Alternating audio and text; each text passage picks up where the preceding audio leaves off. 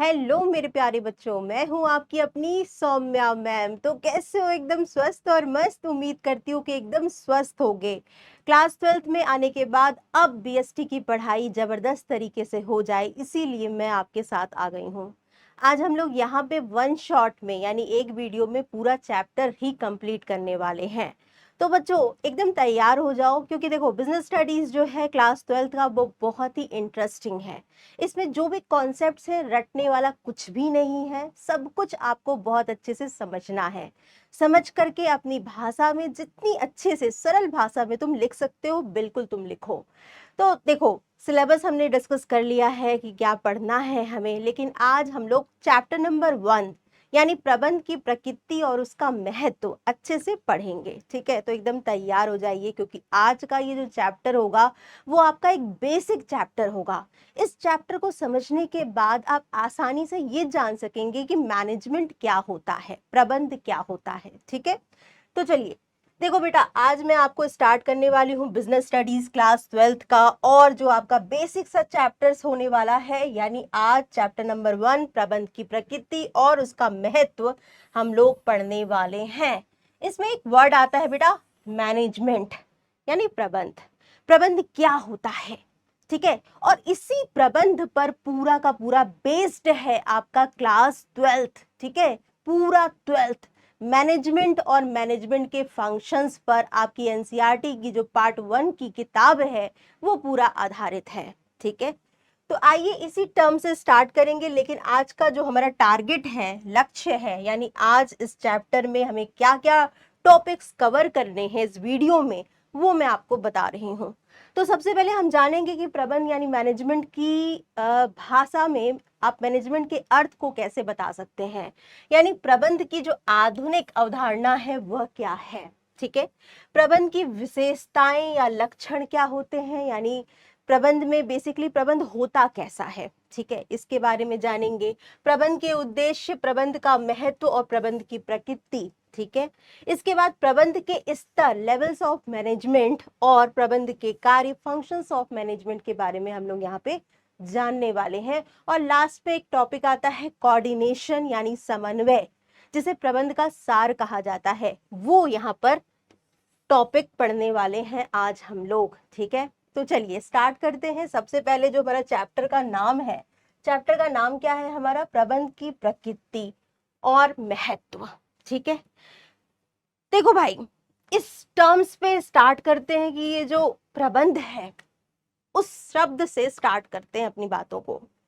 आपने देखा होगा, ठीक है, आपने अक्सर देखा होगा जहां जहां वर्क हो रहे हैं, जहां जहां काम हो रहे हैं, वहां पर एक काम को करने का एक तरीका होता है ना।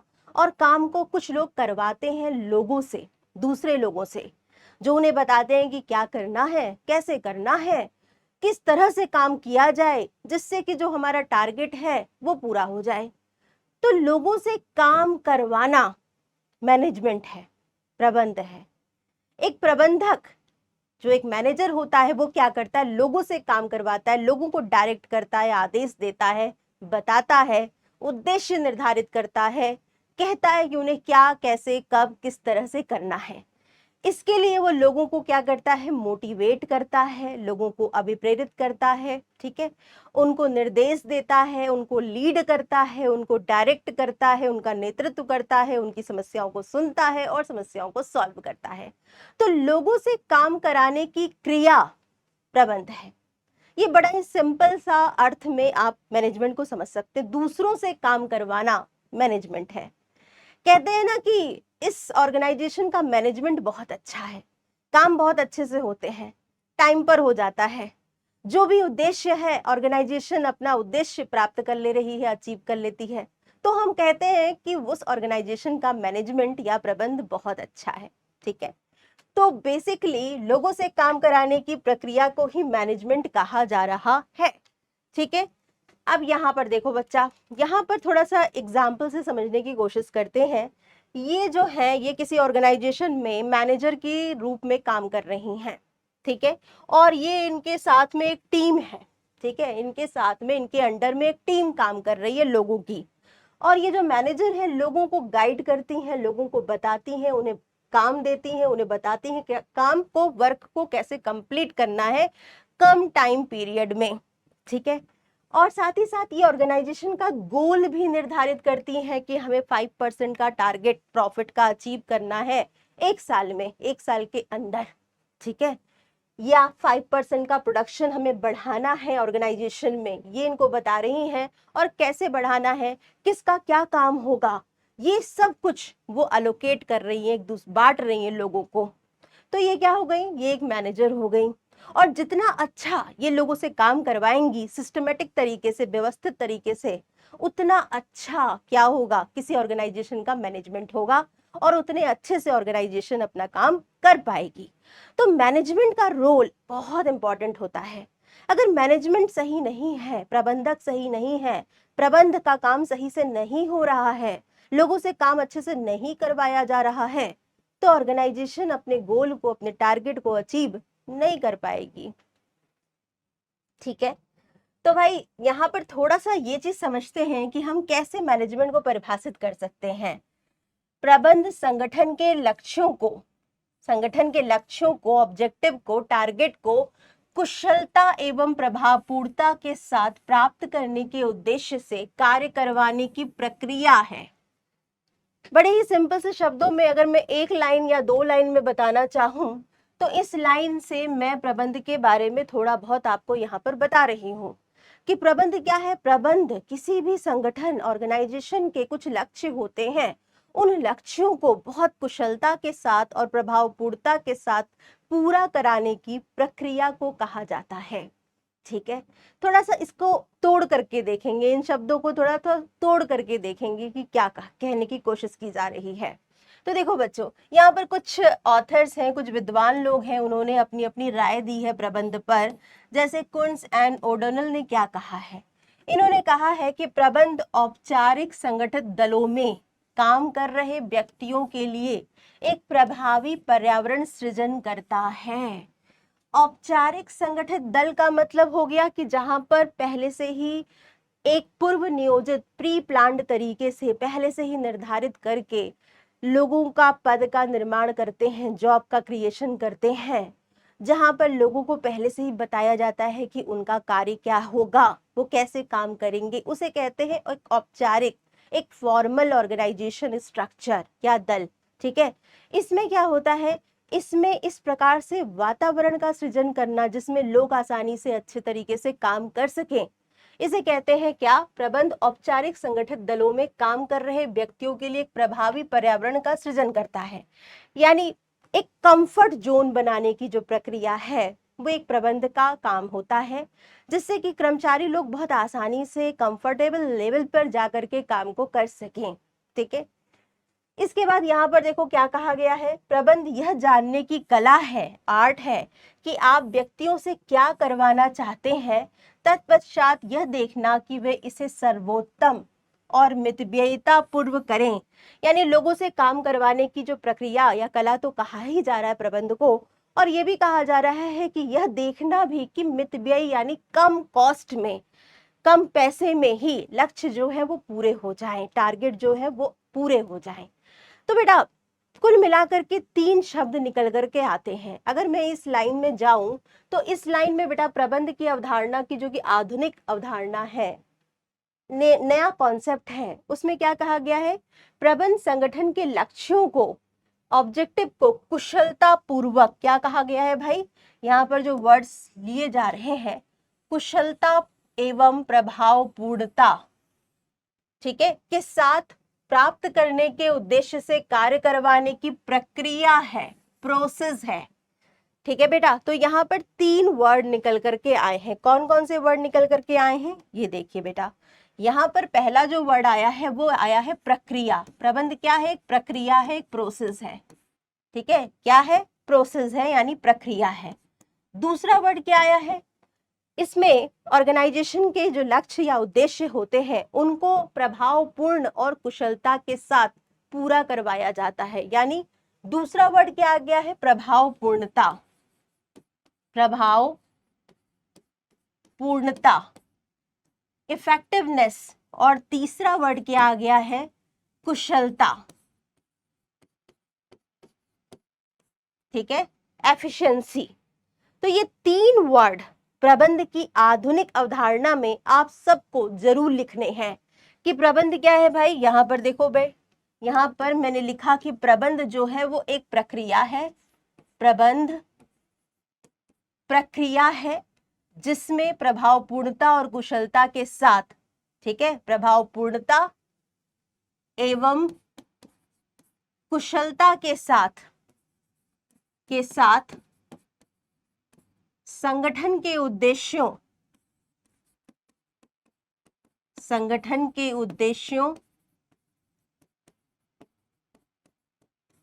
को प्राप्त किया जाता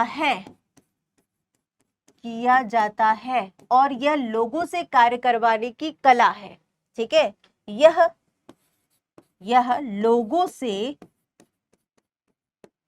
लोगों से कार्य करवाने की कला है। इसे आर्ट कहा जा रहा है बेटा, लोगों से कार्य करवाने की कला है।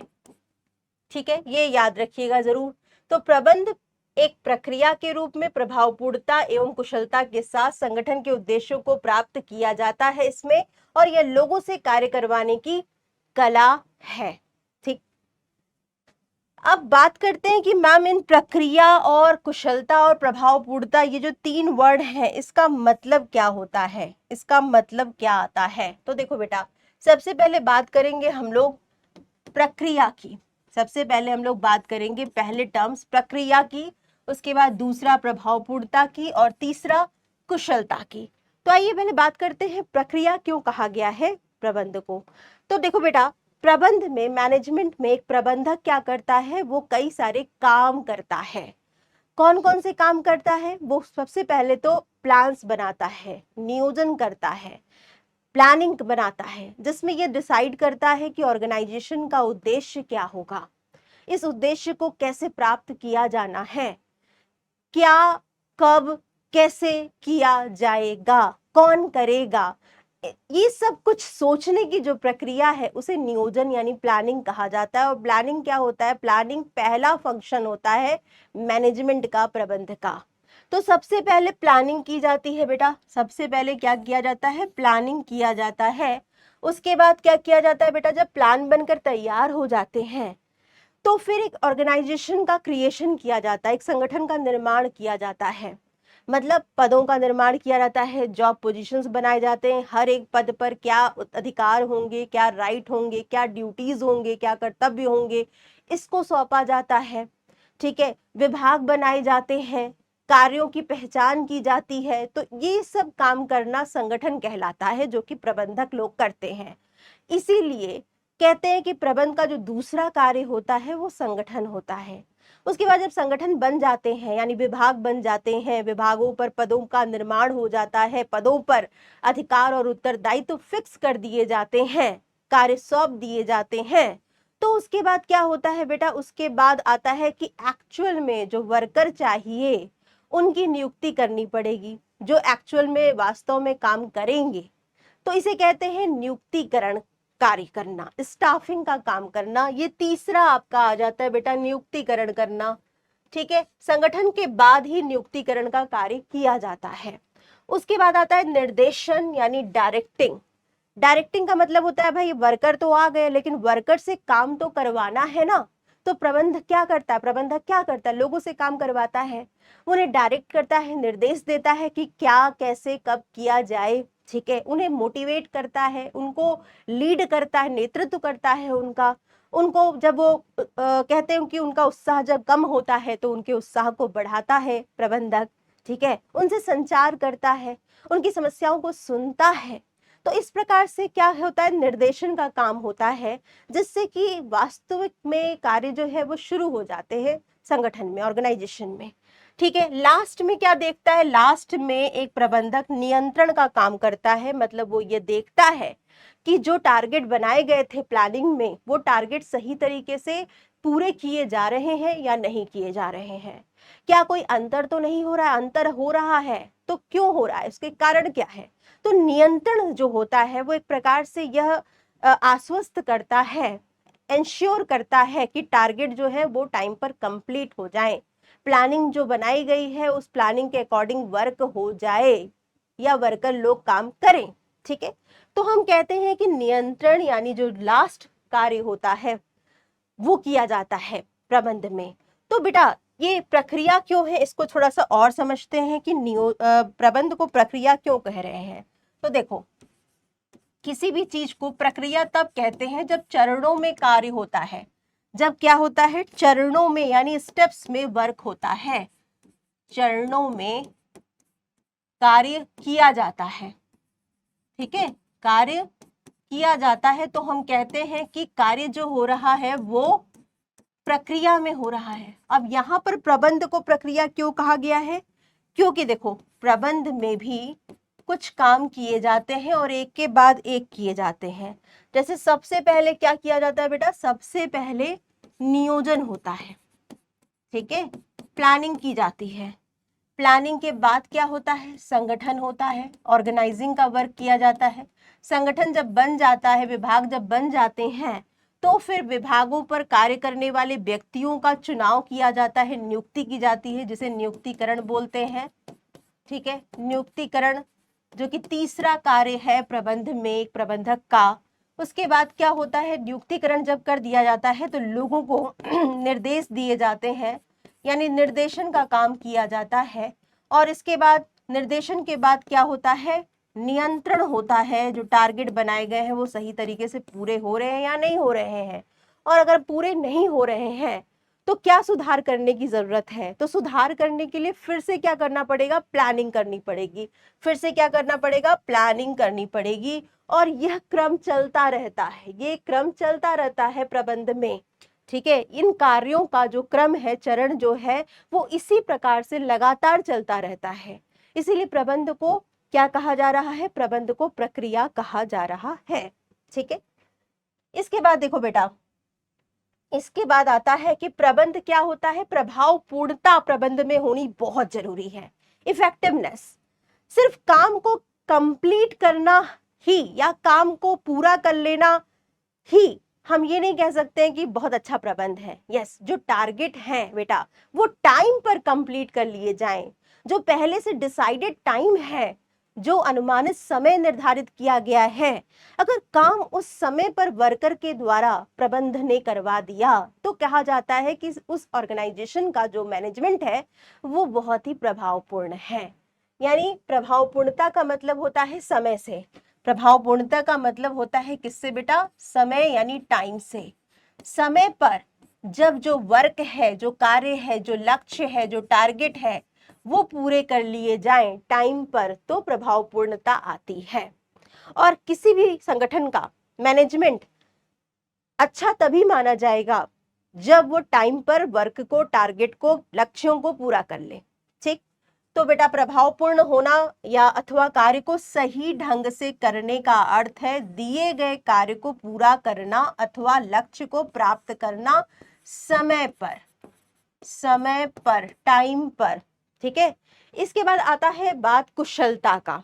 कुशलता यानी एफिशिएंसी क्या होती है मैम, प्रबंध में कुशलता का होना बहुत जरूरी है बेटा। कुशलता का मतलब होता है कम पैसे में काम कंप्लीट हो जाए, कम पैसे में, कम लागत पर, कम कॉस्ट पर अगर जो लक्ष्य है, वो टारगेट जो है वो पूरे कर लिए जाएं तो संगठन में कहा जाएगा, माना जाएगा कि जो मैनेजमेंट है वो बहुत ही कुशल है, एफिशिएंट है। ठीक, तो कुशलता में क्या देखा जाता है, कुशलता में लागत लाभ विश्लेषण शामिल होता है। ये कम संसाधनों से अधिक लाभ अर्जित करने पर ध्यान केंद्रित करता है। ठीक है, और यह मुद्रा या सामग्री या कोई भी टूल्स, उपकरण है या कोई व्यक्ति है इत्यादि का कम निवेश करके अधिक उत्पादन की प्राप्ति पर जोर देता है। यानी कम संसाधनों का यूज करके प्रोडक्शन के मात्रा को बढ़ाना ही कुशलता कहलाता है। ठीक है भाई, आप सब जानते हैं कि किसी भी ऑर्गेनाइजेशन में लाभ अधिक कब होगा, जब लागत या कॉस्ट जो है वो कम होगा, तभी लाभ ज्यादा होगा, है ना। चलिए, तो यहाँ पर बेटा ये भी समझ में आ गया है कि कुशलता का होना भी प्रबंध में बहुत जरूरी है। और कुशलता का संबंध किससे होता है? कुशलता का संबंध होता है लागत से, ठीक है, लाभ से, ठीक है, और संसाधनों के अपव्यय को कम करने से, ठीक है, रिसोर्सेस की वेस्टेज को कम करने से कुशलता आती है। तो मैनेजमेंट की डेफिनेशन में आपको ये 3 वर्ड जरूर लिखना है। और कुल मिलाकर अगर मैं देखूं तो हम प्रबंध को कैसे परिभाषित कर सकते हैं बेटा? हम प्रबंध को ऐसे परिभाषित कर सकते हैं। प्रबंध क्या होता है? आधुनिक अवधारणा में अगर मैं बात करूं तो आधुनिक अवधारणा में प्रबंध को क्या कहा जा सकता है? ठीक है, संगठन के उद्देश्यों, संगठन के उद्देश्यों या लक्ष्यों को प्राप्त करने की प्रक्रिया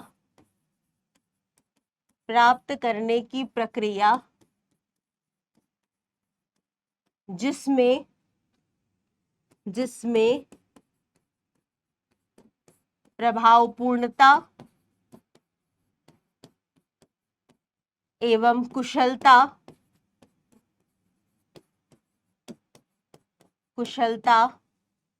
के साथ लोगों से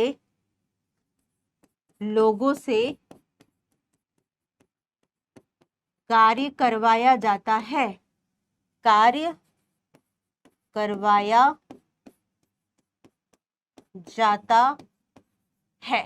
ठीक है। इसके बाद अब इधर आते हैं, हमारा जो नेक्स्ट टॉपिक है वो है प्रबंध की विशेषताएं या फीचर्स, कैरेक्टरिस्टिक्स ऑफ मैनेजमेंट। देखिए बेटा, हर एक व्यक्ति का भी कुछ विशेषता होता है ना। जैसे कोई व्यक्ति बहुत ज्यादा बोलने वाले होते हैं, कुछ लोग बहुत कम बोलते हैं, कुछ लोग बहुत ज्यादा खुश होते हैं, कुछ हमेशा ही दुखी रहते हैं। तो हर प्रकार के व्यक्ति लोग रहते हैं, तो व्यक्तियों में भी बहुत सारी विशेषताएं होती हैं। वैसे ही प्रबंध के भी कुछ विशेषताएं या प्रकृति या लक्षण जिसे बोल सकते हो वो होती हैं। प्रबंध कैसा होता है बेटा? किसी भी संगठन में प्रबंध में ये सारी विशेषताएं पाई जाती हैं। प्रबंध एक लक्ष्य अभिमुख प्रक्रिया है, गोल ओरिएंटेड प्रोसेस। लक्ष्य अभिमुख इसे क्यों कहा जा रहा है? संगठन का जो प्रबंध होता है या संगठन में जो प्रबंधक लोग होते हैं वो संगठन के किसी उद्देश्य को प्राप्त करने के लिए ही लोगों से कामों को करवाते हैं। फॉर एग्जाम्पल के तौर पर अगर मैं एग्जाम्पल देखूं इसमें, तो एग्जाम्पल क्या हम दे सकते हैं बेटा? तो एग्जाम्पल हम ये दे सकते हैं यहाँ पर, जैसे लक्ष्य या टारगेट या उद्देश्य क्या हो सकते हैं? 5% लाभ में वृद्धि करना, उत्पादन में वृद्धि करना, 10% प्रोडक्शन में वृद्धि करना, उत्पादन बढ़ाना, ठीक है, 10% बिक्री बढ़ाना या विक्रय बढ़ाना। ये सब क्या हो गया? ये सब किसी भी संगठन के ऑब्जेक्टिव या उद्देश्य हो सकते हैं। अब इसी ऑब्जेक्टिव को अचीव करने के लिए मैनेजमेंट में मैनेजर जो होता है वो लोगों से दिशा देता है, लोगों को डायरेक्ट करता है, लोगों से काम करवाता है, लोगों को बताता है कि आपको ये 1 साल में ये जो टारगेट है उसको कैसे कंप्लीट करना है। उद्देश्य पर ही आधारित होती हैं मैनेजमेंट के सभी काम, सभी फंक्शंस, सभी क्रियाएं, ठीक है। तो बेटा इसे इसीलिए कहा जाता है कि मैनेजमेंट क्या है? एक लक्ष्य अभिमुख प्रक्रिया है, गोल ओरिएंटेड प्रोसेस है। इसके बाद देखो बेटा, प्रबंध क्या होता है? व्यापक होता है। प्रबंध क्या है? व्यापक है, यानी परवेसिव इन नेचर है। आइए इसको समझते हैं। यहाँ पर देखो बेटा, यहाँ पर क्या कहा जा रहा है? यहाँ पर कहा जा रहा है प्रबंध व्यापक है, व्यापक क्रिया है। अब इसको समझो, क्यों इसे व्यापक कहा गया, परवेसिव बोला जा रहा है? व्यापक का मतलब होता है जो चीज हर जगह पाई जाए। आप सब जानते हैं कि आपके स्कूल में भी प्रिंसिपल्स होते हैं, है ना? प्रिंसिपल्स जो होते हैं वो स्कूल का मैनेजमेंट या प्रबंध देखते हैं कि टीचर्स प्रॉपर क्लास ले रहे हैं कि नहीं ले रहे हैं, बच्चे आ रहे हैं कि नहीं आ रहे हैं, अटेंडेंस लग रही है कि नहीं लग रही है, काम जो है टाइम पर पूरे हो रहे हैं कि नहीं हो रहे हैं, कोर्सेज पूरे हो रहे हैं कि नहीं हो रहे हैं। प्लानर्स वो डिसाइड करते हैं, पॉलिसीज वो बनाते हैं, स्कूल का प्रशासन वो देखते हैं। तो वो क्या हो गए, स्कूल के मैनेजर हो गए, यानी स्कूलों में भी मैनेजमेंट पाया जा रहा है। हॉस्पिटल्स में आप चली जाइए तो वहां पर भी आपको मैनेजमेंट देखने को मिलता है ना? आपके घर में इवन आपकी जो मम्मी है, आपके जो फादर है, वो घर के चीजों का भी मैनेजमेंट करते हैं। आपकी मम्मी जो है वो सुबह से लेकर के शाम तक का देखती हैं कि घर में जो है प्रॉपर तरीके से काम हो रहा है या नहीं हो रहा है, उसके लिए वो मैनेजमेंट देखती हैं। ठीक है, वो मैनेज करती हैं चीजों को। ऐसे ही आपके जो फादर है वो बाहर जाते हैं, वो अर्निंग करते हैं, तो वो बाहर के कामों को मैनेज करते हैं। ठीक है, तो इस प्रकार से ये देखने को मिल रहा है कि जहां जहां वर्क हो रहे हैं तो वर्क को अच्छे से करवाने के लिए मैनेजमेंट की जरूरत पाई जा रही है या प्रबंध की जरूरत पाई जा रही है ना? तो बेटा यहाँ पर क्या हो गया, यहाँ पर थोड़ा सा आप इसको कैसे क्रिएटिव तरीके से बता सकते हो, तो ये देखो, इसको क्रिएटिव तरीके से बताने के लिए प्रबंध को हमने यहाँ पर बीच में लिख दिया। ठीक है, और यहाँ पर देख लिया, यहाँ पे स्कूल्स बना दिए हमने, या स्कूल्स लिख दिया सिंपल तरीके से। ठीक है, और स्कूल्स में भी मैनेजमेंट हो रहा है। ठीक है, हॉस्पिटल्स हमने यहाँ पे लिख दिया, अस्पताल लिख दिया हमने। ठीक है, यहाँ पर भी क्या है, मैनेजमेंट पाया जा रहा है। अगर बड़ी बड़ी कंपनी की हम बात करें तो कंपनी में तो प्रोफेशनल मैनेजर्स रखे ही जाते हैं, है ना? अपॉइंट ही किए जाते हैं जो कंपनी का मैनेजमेंट देखते हैं हर डिफरेंट लेवल्स पर, स्तर पर। तो कंपनी में भी क्या होता है बेटा, प्रोफेशनल मैनेजर, चाहे एक बड़ी कंपनी हो या छोटी कंपनी हो, कंपनी में भी पाए जाते हैं, देखे जाते हैं।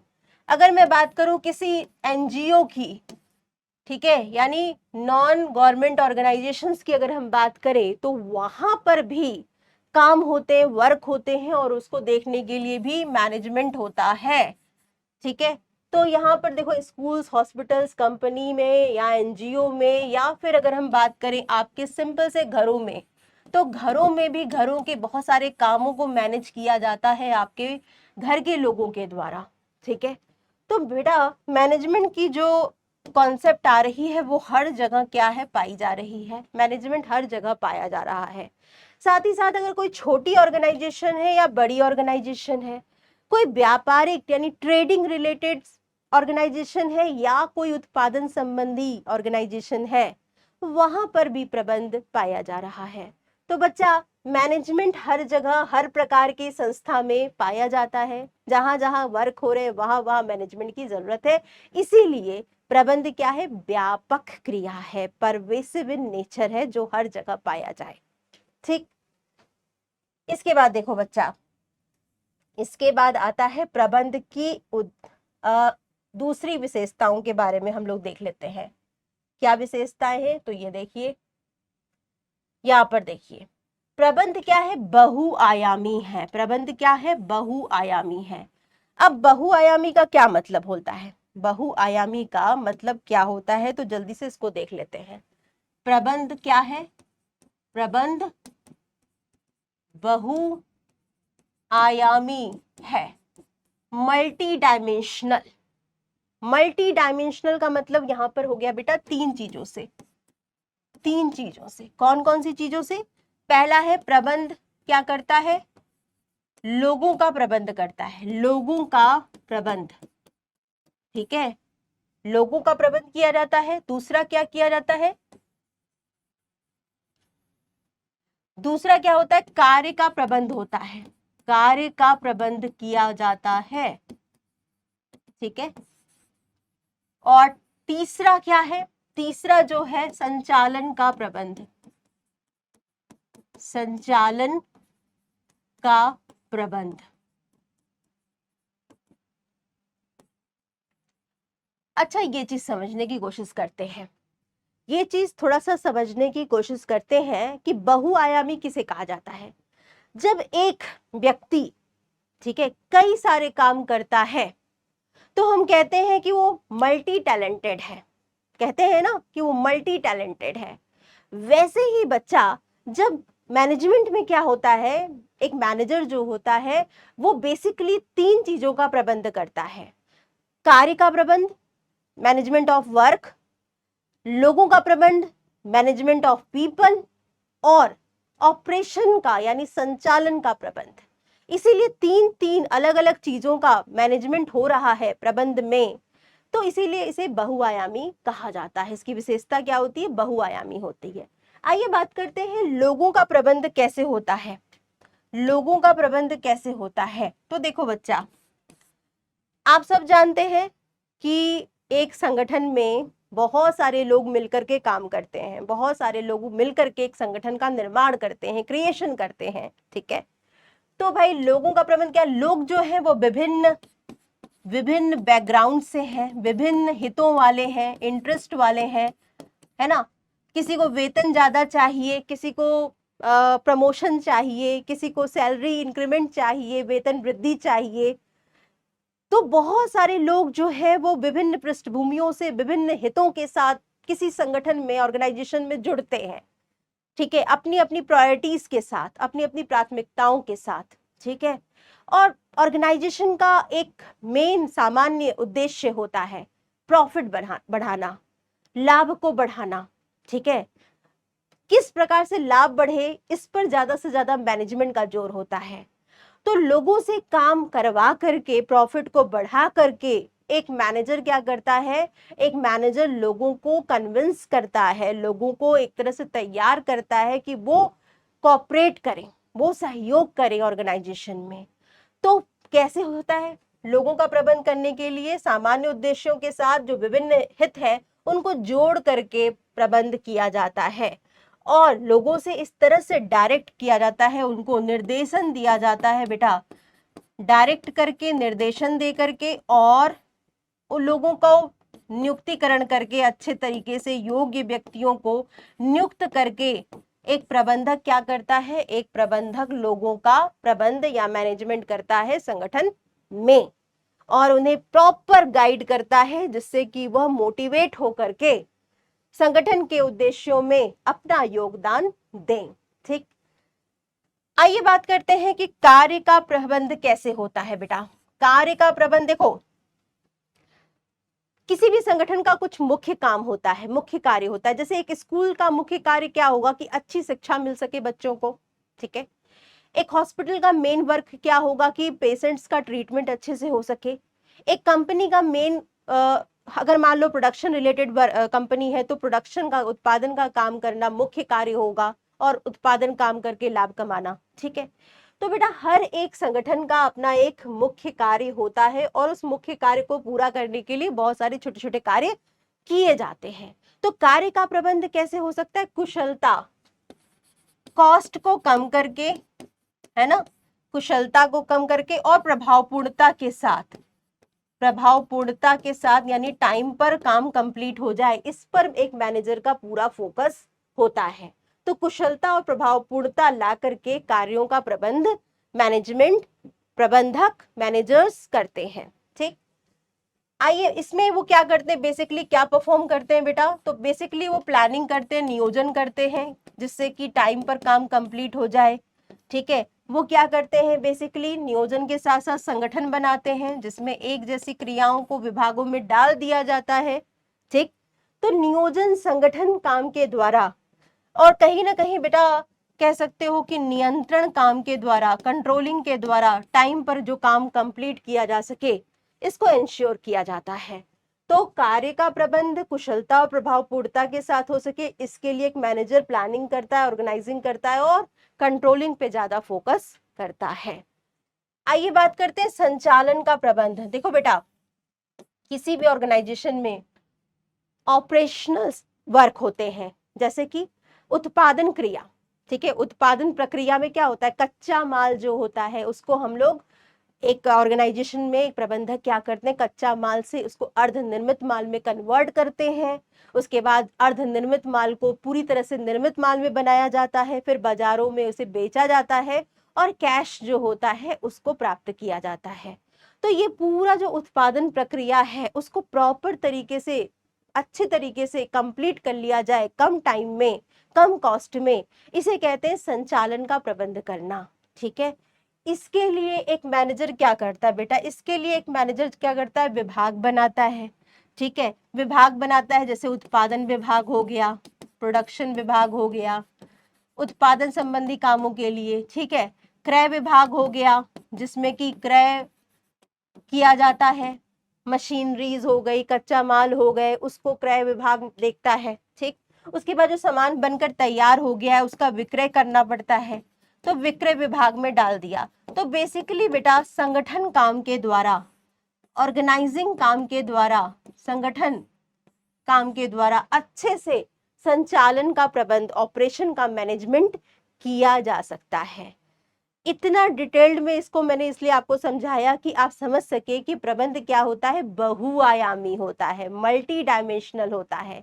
इसमें तीन बेसिक चीजों का मैनेजमेंट किया जाता है, कार्यों का, लोगों का और संचालन का प्रबंध।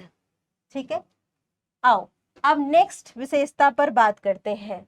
प्रबंध एक सतत प्रक्रिया है। प्रबंध क्या है भाई, सतत प्रक्रिया है। सतत का मतलब समझते हो, निरंतर चलने वाली, लगातार चलने वाली। मैनेजमेंट जो होता है वो कब खत्म होता है, जब ऑर्गेनाइजेशन खत्म हो जाती है।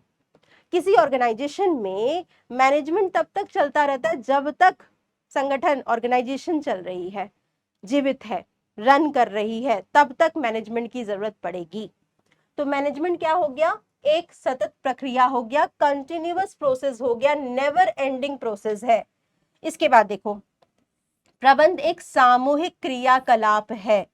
इसको थोड़ा सा समझते हैं, क्या कह रहे हैं, प्रबंध क्या है, मैनेजमेंट क्या है, प्रबंध एक सामूहिक क्रिया है। सामूहिक का मतलब समझते हैं, ग्रुप एक्टिविटी। ठीक है, ग्रुप एक्टिविटी। एक सिंगल मैनेजर अच्छे से प्रबंध का काम नहीं कर सकता है जब तक कि दूसरे लोग, दूसरे वर्कर, दूसरे कर्मचारी मैनेजमेंट का सपोर्ट ना करें तो।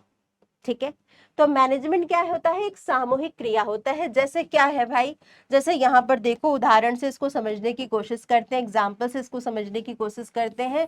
जैसे कि एक मैनेजर है, ठीक है, ये एक प्रबंधक है। कौन है, मैनेजर है, प्रबंधक है, मैनेजर है। ठीक है, इस मैनेजर ने एक टारगेट डिसाइड किया था, टारगेट डिसाइड किया है पर डे का टारगेट डिसाइड किया है। ठीक है, कि आपका 1000, ठीक है, 1000, ठीक, गारमेंट्स बनाना है, कपड़े बनाना है, हर 1000 कपड़े बनाना है एक दिन में। ठीक, अब ये तो क्या हो गया, ये हर दिन का टारगेट डिसाइड किया गया, लक्ष्य डिसाइड किया गया। क्या डिसाइड किया गया भाई, टारगेट डिसाइड किया गया पर डे वाला। ठीक, इसके लिए मैनेजर को क्या करना पड़ेगा, लोगों को काम बांटना पड़ेगा। चलो, यहाँ पर कुछ लोग हैं जो कि इस प्रबंधक के अंडर में काम कर रहे हैं। कौन कौन से लोग हैं, ये कई सारे लोग हैं यहाँ पर। इसके अंडर में उस काम को करने के लिए एक दिन में 5 वर्कर हैं। ठीक है, 5 वर्कर हैं जो कि जिन्हें की काम को बांटा गया है। ठीक, हर एक वर्कर को मैनेजर ने काम को बांट दिया है। ठीक, सबको क्या दे दिया है, 200 यूनिट बनाने के लिए दे दिया है। 200 कपड़े बनाने के लिए हर एक वर्कर को दिया गया है। लेकिन एक वर्कर बीमार पड़ गया, मान लो ये जो वर्कर है वो बीमार पड़ गया, इसने टारगेट को कंप्लीट नहीं कर पाया, तो फिर क्या किया जाए, यहाँ पर ग्रुप एक्टिविटी का जन्म हो जाता है। मतलब 50-50-50 इन चारों ने बांट लिया। ठीक है, इन चारों ने 50-50 कपड़े आपस में बांट लिए, जिसकी वजह से क्या हो जाए, जिसकी वजह से 200 कपड़ा जो कि एक कर्मचारी नहीं बना पाया किसी कारण से, वो बाकी ने बांट लिया। और इस प्रकार से सामूहिक क्रिया करके, ग्रुप एक्टिविटी करके, टीम में वर्क करके सपोर्ट किया, जिससे कि पर डे 1000 कपड़े जो है वो बन जाएं, और बन गए। तो बेटा यहाँ पर अगर कोई भी वर्कर डिनाई कर जाता, 50-50 कपड़े बांटने के लिए मना कर देता, सहयोग ना करता, ग्रुप में काम ना करता, सामूहिक क्रियाकलाप नहीं होता, तो टारगेट पूरा नहीं हो पाता और इस प्रबंधक के कुछ भी करने से कुछ भी नहीं हो पाता। तो कहने का मतलब बिल्कुल क्लियर होता है कि प्रबंध एक सामूहिक क्रिया होती है, ग्रुप एक्टिविटी होती है, सभी के प्रयासों से ही प्रबंध का काम अच्छे से प्रबंधक लोग कर सकते हैं। ठीक है, इसके बाद देखिए बेटा, इसके बाद आता है आप लोगों का नेक्स्ट विशेषता क्या है? प्रबंध एक गतिशील कार्य है, डायनेमिक फंक्शन है। गतिशील का मतलब होता है जो लगातार बदलता रहे। देखो बेटा, संस्था, ऑर्गेनाइजेशन, चाहे वो कोई कंपनी ही क्यों ना हो, कंपनी कंपनी के बाहर का जो एनवायरनमेंट है, ठीक है, वो लगातार बदल रहा है। आप सब जानते हैं कि तकनीक हमेशा लगातार बदल रही है, नई नई तकनीक आ रही है, नए नए आविष्कार हो रहे हैं। आप सब जानते हैं कि जो समाज है, समाज में जो सोच है, डिमांड है, जो मांग है, उसमें परिवर्तन आ रहे हैं, मांग बदल रही है अक्सर। तो बेटा बाहर का जो वातावरण है वो बहुत बदल रहा है। अब कोई भी संगठन इस बदलते हुए वातावरण के अनुसार अपनी नीतियों में बदलाव नहीं लाएगा, अपने तरीकों में, काम करने के तरीकों में बदलाव नहीं लाएगा, तो फिर संगठन चल नहीं पाएगा, संगठन अच्छे से काम नहीं कर पाएगा। तो क्या कहा जा रहा है कि प्रबंध एक गतिशील कार्य है। बेटा गतिशील क्यों है? क्योंकि यह बदलते हुए वातावरण को ध्यान में रखते हुए अपनी आंतरिक वातावरण में बदलाव लाने की प्रक्रिया है। एक प्रबंधक अपने कर्मचारियों को तैयार करता है, उन्हें तैयार करता है इस रूप में जिससे वह वातावरण में होने वाले परिवर्तनों के अनुसार बदलाव ला करके काम को कर सके। ठीक है, तो बेटा प्रबंध एक गतिशील कार्य है क्योंकि ये बदलते हुए वातावरण के अनुसार बदलता है, बदलते हुए वातावरण के अनुसार बदलाव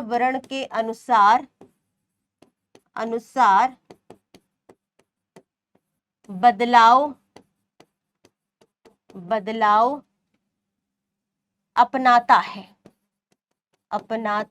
है। ठीक है, इसलिए इसे गतिशील कार्य कहा जाता है। प्रबंध क्या है? अमूर्त है, अदृश्य है। बेटा आप क्या कर सकते हो? आप सिर्फ मैनेजर को देख सकते हो लेकिन मैनेजमेंट को नहीं देख सकते हो।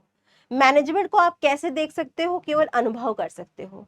अगर कोई ऑर्गेनाइजेशन ज्यादा लाभ कमा रही है, उसके एम्प्लॉय बहुत ज्यादा खुश हैं, हैप्पी हैं, अच्छे से सब काम टाइम पर हो रहा है, तो ये माना जाएगा कि उस ऑर्गेनाइजेशन का मैनेजमेंट बहुत अच्छा है।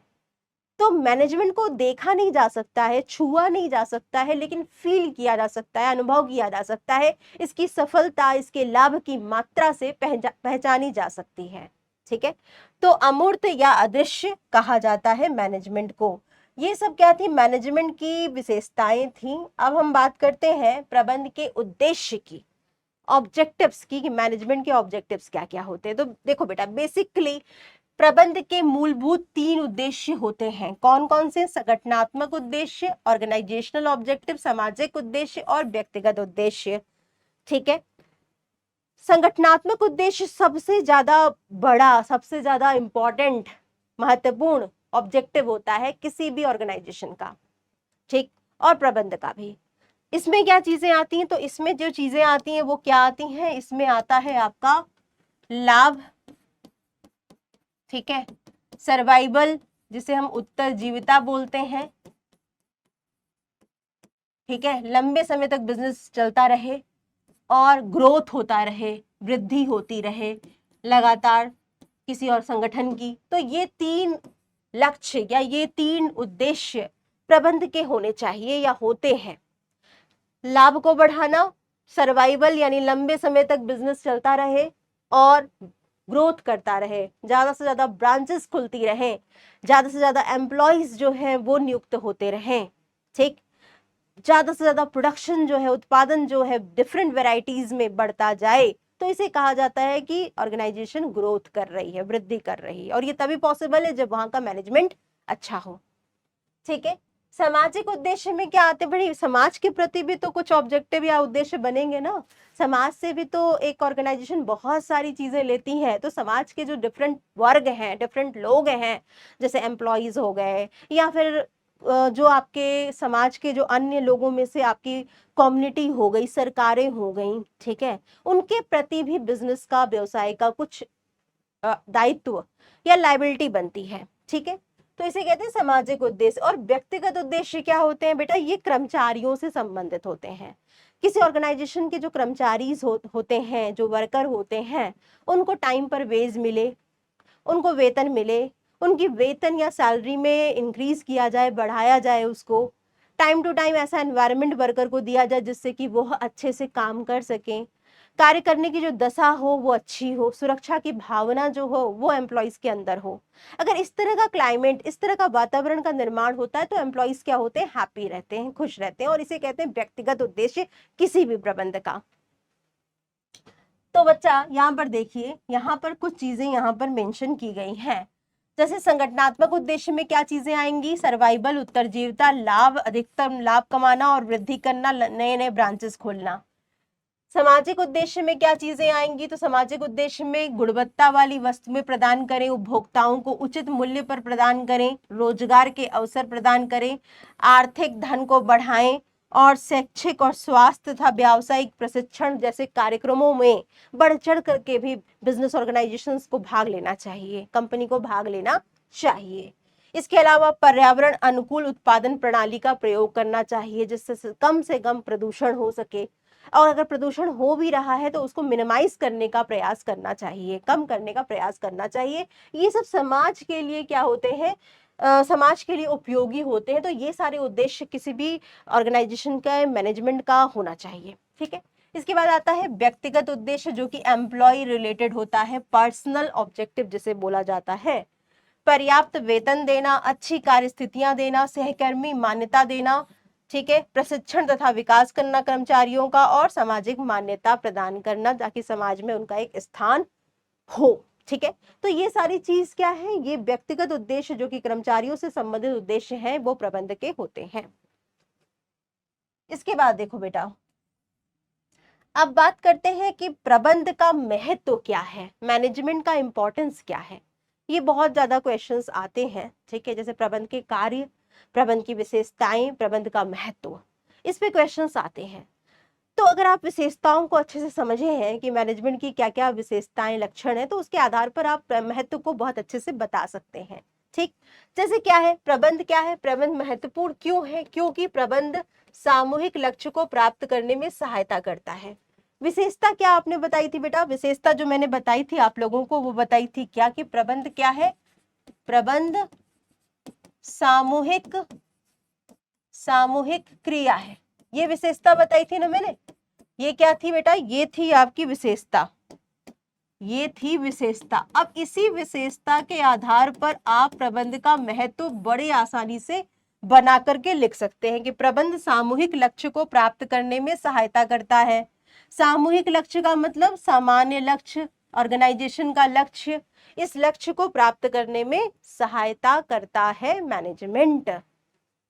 इसके बाद ये कुशलता को बढ़ाता है। कुशलता को कैसे बढ़ाता है, प्रबंध की जो परिभाषा थी उसमें ये बताया गया था कि प्रबंध कैसा होना चाहिए, कुशलता वाला होना चाहिए, मतलब लागत कमाए।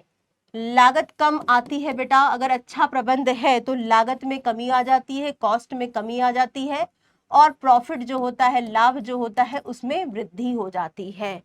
लाभ में वृद्धि हो जाती है और कॉस्ट में कमी आ जाती है। इसे कहते हैं कुशलता, और ये तभी संभव है जब किसी ऑर्गेनाइजेशन का मैनेजमेंट अच्छा हो। ये गतिशील संगठन के निर्माण में सहायता करता है भाई, एम्प्लॉयज को तैयार करता है, कर्मचारियों को तैयार करवाता है कि वह परिवर्तन को अपनाए, ठीक, कर्मचारियों को तैयार करता है परिवर्तन को अपनाने के लिए, करवाता है परिवर्तन को अपनाने के लिए, परिवर्तन को अपनाने के लिए। तो इस प्रकार से गतिशील वातावरण का निर्माण करता है। एक मैनेजमेंट अच्छा है तो लोगों से अच्छे से काम भी करवा लेगा, और जो एम्प्लॉय हैं वो विरोध नहीं करेंगे। ये व्यक्तिगत उद्देश्यों की प्राप्ति में सहायता करता है, यस बिल्कुल। मैनेजमेंट जो है वो अपने वर्कर के बारे में भी सोचता है और ऑर्गेनाइजेशन का जो मेन ऑब्जेक्टिव है उसको भी बहुत ज्यादा महत्व देता है। वो ये कह सकता है वर्कर से कि लाभ बढ़ेगा तो हम आपका वेतन बढ़ाएंगे, आपको बोनस देंगे। तो इस प्रकार से संगठन के जो व्यक्ति लोग हैं, कर्मचारी लोग हैं, उनको भी साथ में लेकर के मैनेजमेंट चल सकता है और ऑर्गेनाइजेशन का जो गोल है, जो सामान्य लक्ष्य है, उसको भी पूरा करवा सकता है।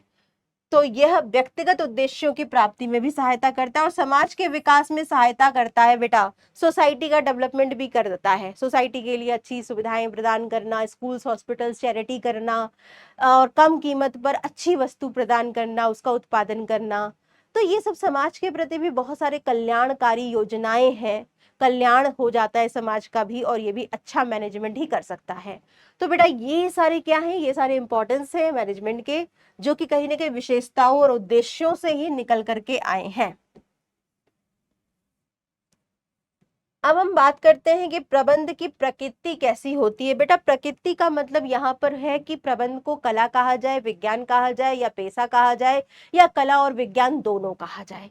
तो प्रकृति या नेचर में आपको बेसिकली यही लिखना है कि प्रबंध क्या है, कला है कि विज्ञान है कि दोनों है कि पेशा है। ठीक, तो प्रबंध एक अयथार्थ विज्ञान है या सामाजिक विज्ञान है और ये एक पूर्ण कला माना जाता है। ठीक है, तो कंक्लूजन पहले यहाँ पर दे दिया गया है कि इसे प्योर साइंस तो नहीं बोल सकते हैं, लेकिन यस ये एक सॉफ्ट साइंस है, सामाजिक विज्ञान है, इसीलिए इसे विज्ञान भी कहा जा रहा है। और इसे पूर्णतः कला कहा जाता है, ये एक आर्ट है। ठीक है, लोगों से काम करवाना आर्ट होता है। एक अच्छा आर्टिस्ट ही लोगों से अच्छा काम करवा सकता है। ठीक, तो एक पूरी तरह से प्रबंध क्या है, एक विज्ञान तो नहीं है लेकिन पूर्ण कला है, क्योंकि इसे व्यक्तिगत कौशल की जरूरत पड़ती है। प्रबंधक की एक व्यक्तिगत कौशल होना चाहिए, उसके अंदर सृजनात्मकता होनी चाहिए, क्रिएटिविटी होनी चाहिए, अभ्यास की आवश्यकता होती है। बेटा बार बार मैनेजर जो है वो विभिन्न स्थितियों में कह सकते हो कि निर्णय लेकर के बहुत सारी समस्याओं को सॉल्व करता है। तो अभ्यास की आवश्यकता होती है। वर्तमान में यह पेशे की सभी आवश्यकताओं को संतुष्ट नहीं करता है, इसे हम पूर्णतः पेशा नहीं बोल सकते हैं, लेकिन भविष्य में हो सकता है कि मैनेजमेंट जो है वो एक प्रोफेशन के रूप में देखने को मिले। ठीक है, तो आइए जल्दी से देखते हैं कि प्रबंध की प्रकृति में बेसिकली हम इसे विज्ञान के रूप में कैसे बता सकते हैं। ठीक, तो देखो ज्ञान का व्यवस्थित निकाय, सबसे पहले हमें विज्ञान की विशेषताओं को समझना पड़ेगा और यह देखना पड़ेगा कि विज्ञान की कौन कौन सी विशेषताएं जो है वो प्रबंध में पाई जा रही हैं, मैनेजमेंट में पाई जा रही हैं। जैसे ज्ञान का व्यवस्थित निकाय, इसका मतलब क्या होता है बेटा, इसका मतलब होता है जहां पर अध्ययन सामग्री हो, किताबें उपलब्ध हो, जिस चीज को हम पढ़ सके, जिसका हम ज्ञान ले सके। ठीक है, विज्ञान में बहुत सारी किताबें हैं, बहुत सारे तथ्य हैं, फैक्ट्स पर बेस्ड होता है साइंस, जिसे पढ़ा जा सकता है, प्रूफ किया जा सकता है। बहुत सारी रचनाएं हो चुकी, आविष्कार हो चुके हैं, बहुत सारे आपके परीक्षण हो सकते हैं, हो चुके हैं विज्ञान पर, और विज्ञान सत्य पर आधारित होता है। अगर हम बात करें प्रबंध की, तो प्रबंध में भी बहुत सारी किताबें अब आ चुकी है, प्रबंध के सिद्धांत बन चुके हैं जिसे पढ़ा जा रहा है। क्लास 12th में भी आप लोग प्रबंध का एक चैप्टर पढ़ रहे हैं। प्रबंध का पूरा जो सिलेबस है वो आपके पार्ट 1 का मैनेजमेंट पर बेस्ड है, तो इसे हम पढ़ रहे हैं, इसे हम सीख रहे हैं। तो यस, अगर मैं देखूं कि ज्ञान का व्यवस्थित निकाय जिसमें सिस्टमेटिक तरीके से पढ़ाई की जा सकती है, विभिन्न कोर्सेज किए जा सकते हैं, ये विज्ञान में भी है और प्रबंध में भी है। तो ये वाली जो विशेषता है, ये वाली जो विशेषता है वह कल विज्ञान में और प्रबंध में दोनों में पाई जा रही है। विज्ञान एवं प्रबंध में लागू होती है। ठीक है, में लागू है। ठीक, इसके बाद देखो बेटा, सिद्धांत परीक्षणों पर आधारित होते हैं। विज्ञान के जो सिद्धांत हैं वो परीक्षण पर बेस्ड है। परीक्षण का मतलब होता है जहां हम जिसको प्रूफ कर सकते हैं, एक्सपेरिमेंट पर बेस्ड है। ठीक, एक रात में या एक दिन में नहीं बनाए गए हैं, गहन अध्ययन अवलोकन के बाद इनको बनाया गया है, जिसे प्रूफ किया जा सकता है। अगर मैनेजमेंट के प्रिंसिपल्स की बात करें, जो मैनेजमेंट में सिद्धांत है, उन्हें भी एक रात या एक दिन में नहीं बनाया गया है, लेकिन ये पूरी तरह से प्रूफ नहीं किए जा सकते हैं। ठीक है, विभिन्न घटनाओं पर इनके रिजल्ट जो होते हैं उसमें अंतर देखने को भी मिलता है। तो यस, मैनेजमेंट के जो प्रिंसिपल्स हैं वो भी परीक्षण पर आधारित है, लेकिन इनके परीक्षण को साइंस के परीक्षण से हम तुलना नहीं कर सकते हैं, क्योंकि साइंस में रिजल्ट हमें वही मिलेगा जो हमें, मतलब कह सकते हो कि रिजल्ट में अंतर नहीं आएगा साइंस में। ठीक, साइंस में अगर गुरुत्वाकर्षण का नियम है तो नियम ये कहता है कि अगर आप कोई भी वस्तु पृथ्वी पर खड़े होकर के ऊपर की तरफ डालते हैं, फेंकते हैं, तो वो नीचे की तरफ आती है और उसका रिजल्ट हमेशा हर जगह यही होगा। लेकिन मैनेजमेंट में अगर हम देखें तो मैनेजमेंट में भी हमने परीक्षण किया और मैनेजमेंट पे जो एक संस्था में जो रिजल्ट आएगा दूसरे संस्था में वही रिजल्ट आएगा दूसरे व्यक्तियों के साथ, संभव नहीं है।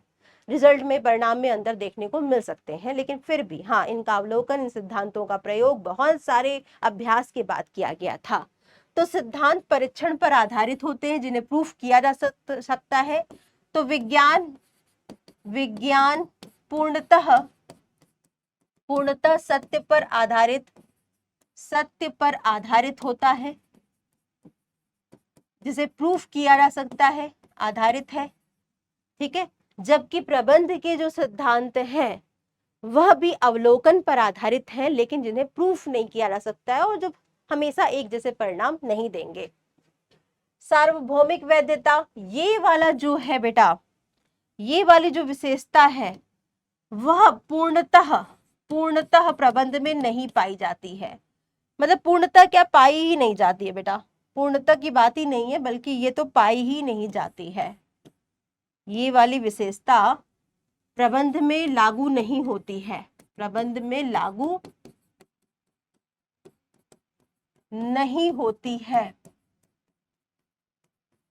ठीक है, सार्वभौमिक वैधता का मतलब क्या होता है, पहले इसको समझो।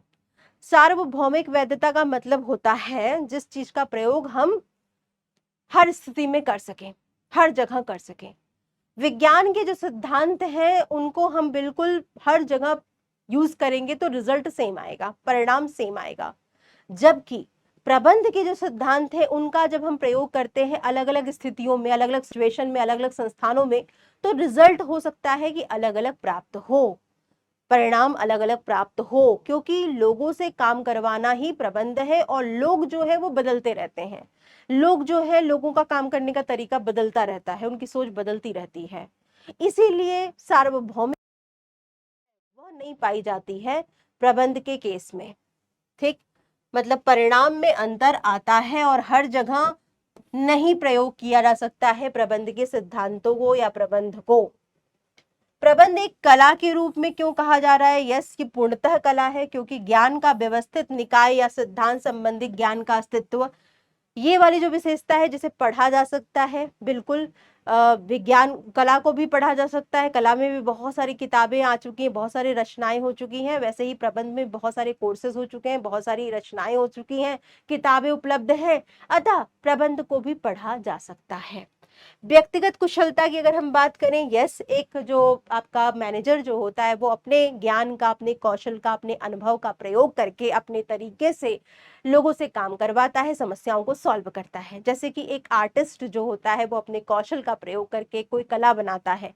एक पेंटर जो होता है उसकी पेंटिंग अलग होगी दूसरे पेंटर से, एक ही चीज को वो अलग तरीके से बना देगा। ठीक है, दूसरा जो कलाकार होगा वो सेम चीज को दूसरे तरीके से बनाएगा। तो व्यक्तिगत कुशलता जो होती है वो अलग अलग व्यक्तियों की अलग अलग होती है। ठीक है, तो ये वाली जो विशेषता है कला की वो पूर्णतः आपके प्रबंध में पाई जाती है, व्यक्तिगत कुशलता का होना। इसके बाद देखो बच्चा, यहाँ पर देखिए, प्रबंध एक पेशे के रूप में, प्रोफेशन क्या होता है बेटा, प्रोफेशन ज्ञान का सुपरिभाषित निकाय, ये वाला तो प्रबंध में पाया जाता है। मतलब ज्ञान का सुपरिभाषित निकाय का मतलब क्या हो गया, वही वाली बात होगी जो कि कला की थी और विज्ञान की थी। पहली विशेषता कि ज्ञान का एक पूरा परिभाषित जो निकाय है, सिस्टमेटिक बॉडी ऑफ नॉलेज, जहाँ पे किताबें उपलब्ध हैं, कोर्सेज उपलब्ध हैं। बिल्कुल पेशे में भी आप देख रहे हो कि बहुत सारी पेशेवर जो होते हैं वो क्या करते हैं, डिग्री लेते हैं। है ना, वो बहुत सारे कोर्सेज करते हैं, तब जाकर के पैसे में एंट्री लेते हैं। सेम चीज आज के टाइम में क्या हो रहा है, बड़ी बड़ी कंपनी जो है वो प्रोफेशनल्स मैनेजर्स को हायर कर रही है, जिसके पास एमबीए की डिग्री होना जरूरी है। तो ये वाली की ज्ञान का सुप्रभाषित निकाय ये प्रबंध में पाया जाता है, और विज्ञान में भी पाया जाता है और कला में भी पाया जाता है। तो ये वाली विशेषता तो तीनों में आ रही है।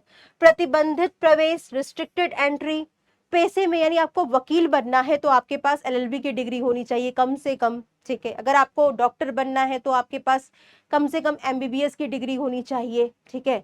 तो इस तरह से प्रतिबंधित प्रवेश होता है पैसे में। अगर हम बात करें कि क्या एक प्रबंधक बनने के लिए भी इस प्रकार की कोई डिग्री का होना जरूरी है, तो नहीं, आज के टाइम में तो ऐसा जरूरी नहीं है कि आपके पास कोई एक पर्टिकुलर डिग्री होगी, एमबीए आप होल्डर हो तभी आप मैनेजर बन सकते हो, ऐसा नहीं है। अगर आपका खुद का बिजनेस है तो वहां पर भी आप मैनेजमेंट देख सकते हो, आपके पास किसी पर्टिकुलर डिग्री की जरूरत नहीं है, ठीक है। तो बच्चा, प्रतिबंधित प्रवेश जो है वो पूर्णतः लागू नहीं हुआ है प्रबंध में आज के समय में। पेशेवर संघों की उस उपस्थिति, यस, प्रोफेशन में जाने के लिए बेटा आपके पास क्या होना चाहिए, एक प्रोफेशनल एसोसिएशन से संबद्धता होनी चाहिए। जैसे कि बार काउंसिल ऑफ इंडिया जो है वो आपकी जितने भी वकील होते हैं उससे संबंधित संस्था है, पेशेवर संस्था है। मेडिकल काउंसिल ऑफ इंडिया आपकी जो है वो एक प्रकार से आपके जो डॉक्टर्स हैं उनसे संबंधित संस्था है। तो हम ये कह सकते हैं कि पेशेवर संघ जो होते हैं वो होते हैं पैसे से संबंधित। अगर हम बात करें कि ऐसा कोई बहुत विश्वसनीय संघ नहीं बना है जो कि पूरी तरह से प्रबंधक को गाइड करे, ठीक है, तो आज के टाइम में ये चीज भी नहीं पाई जा रही है प्रबंध में। नीति संहिता का अस्तित्व, कोड ऑफ कंडक्ट, रूल्स और रेगुलेशंस, हर एक पेशे से संबंधित कुछ कड़े रूल और नीतियां होती हैं, नियम होते हैं, जिनको का पालन करना पेशेवर के लिए बहुत जरूरी होता है। अगर हम बात करें कि प्रबंध में ऐसी कोई कठोर नीति या रूल्स नहीं बने हैं प्रबंधक के लिए अभी, जिनका पालन करना अनिवार्य रूप से जरूरी हो।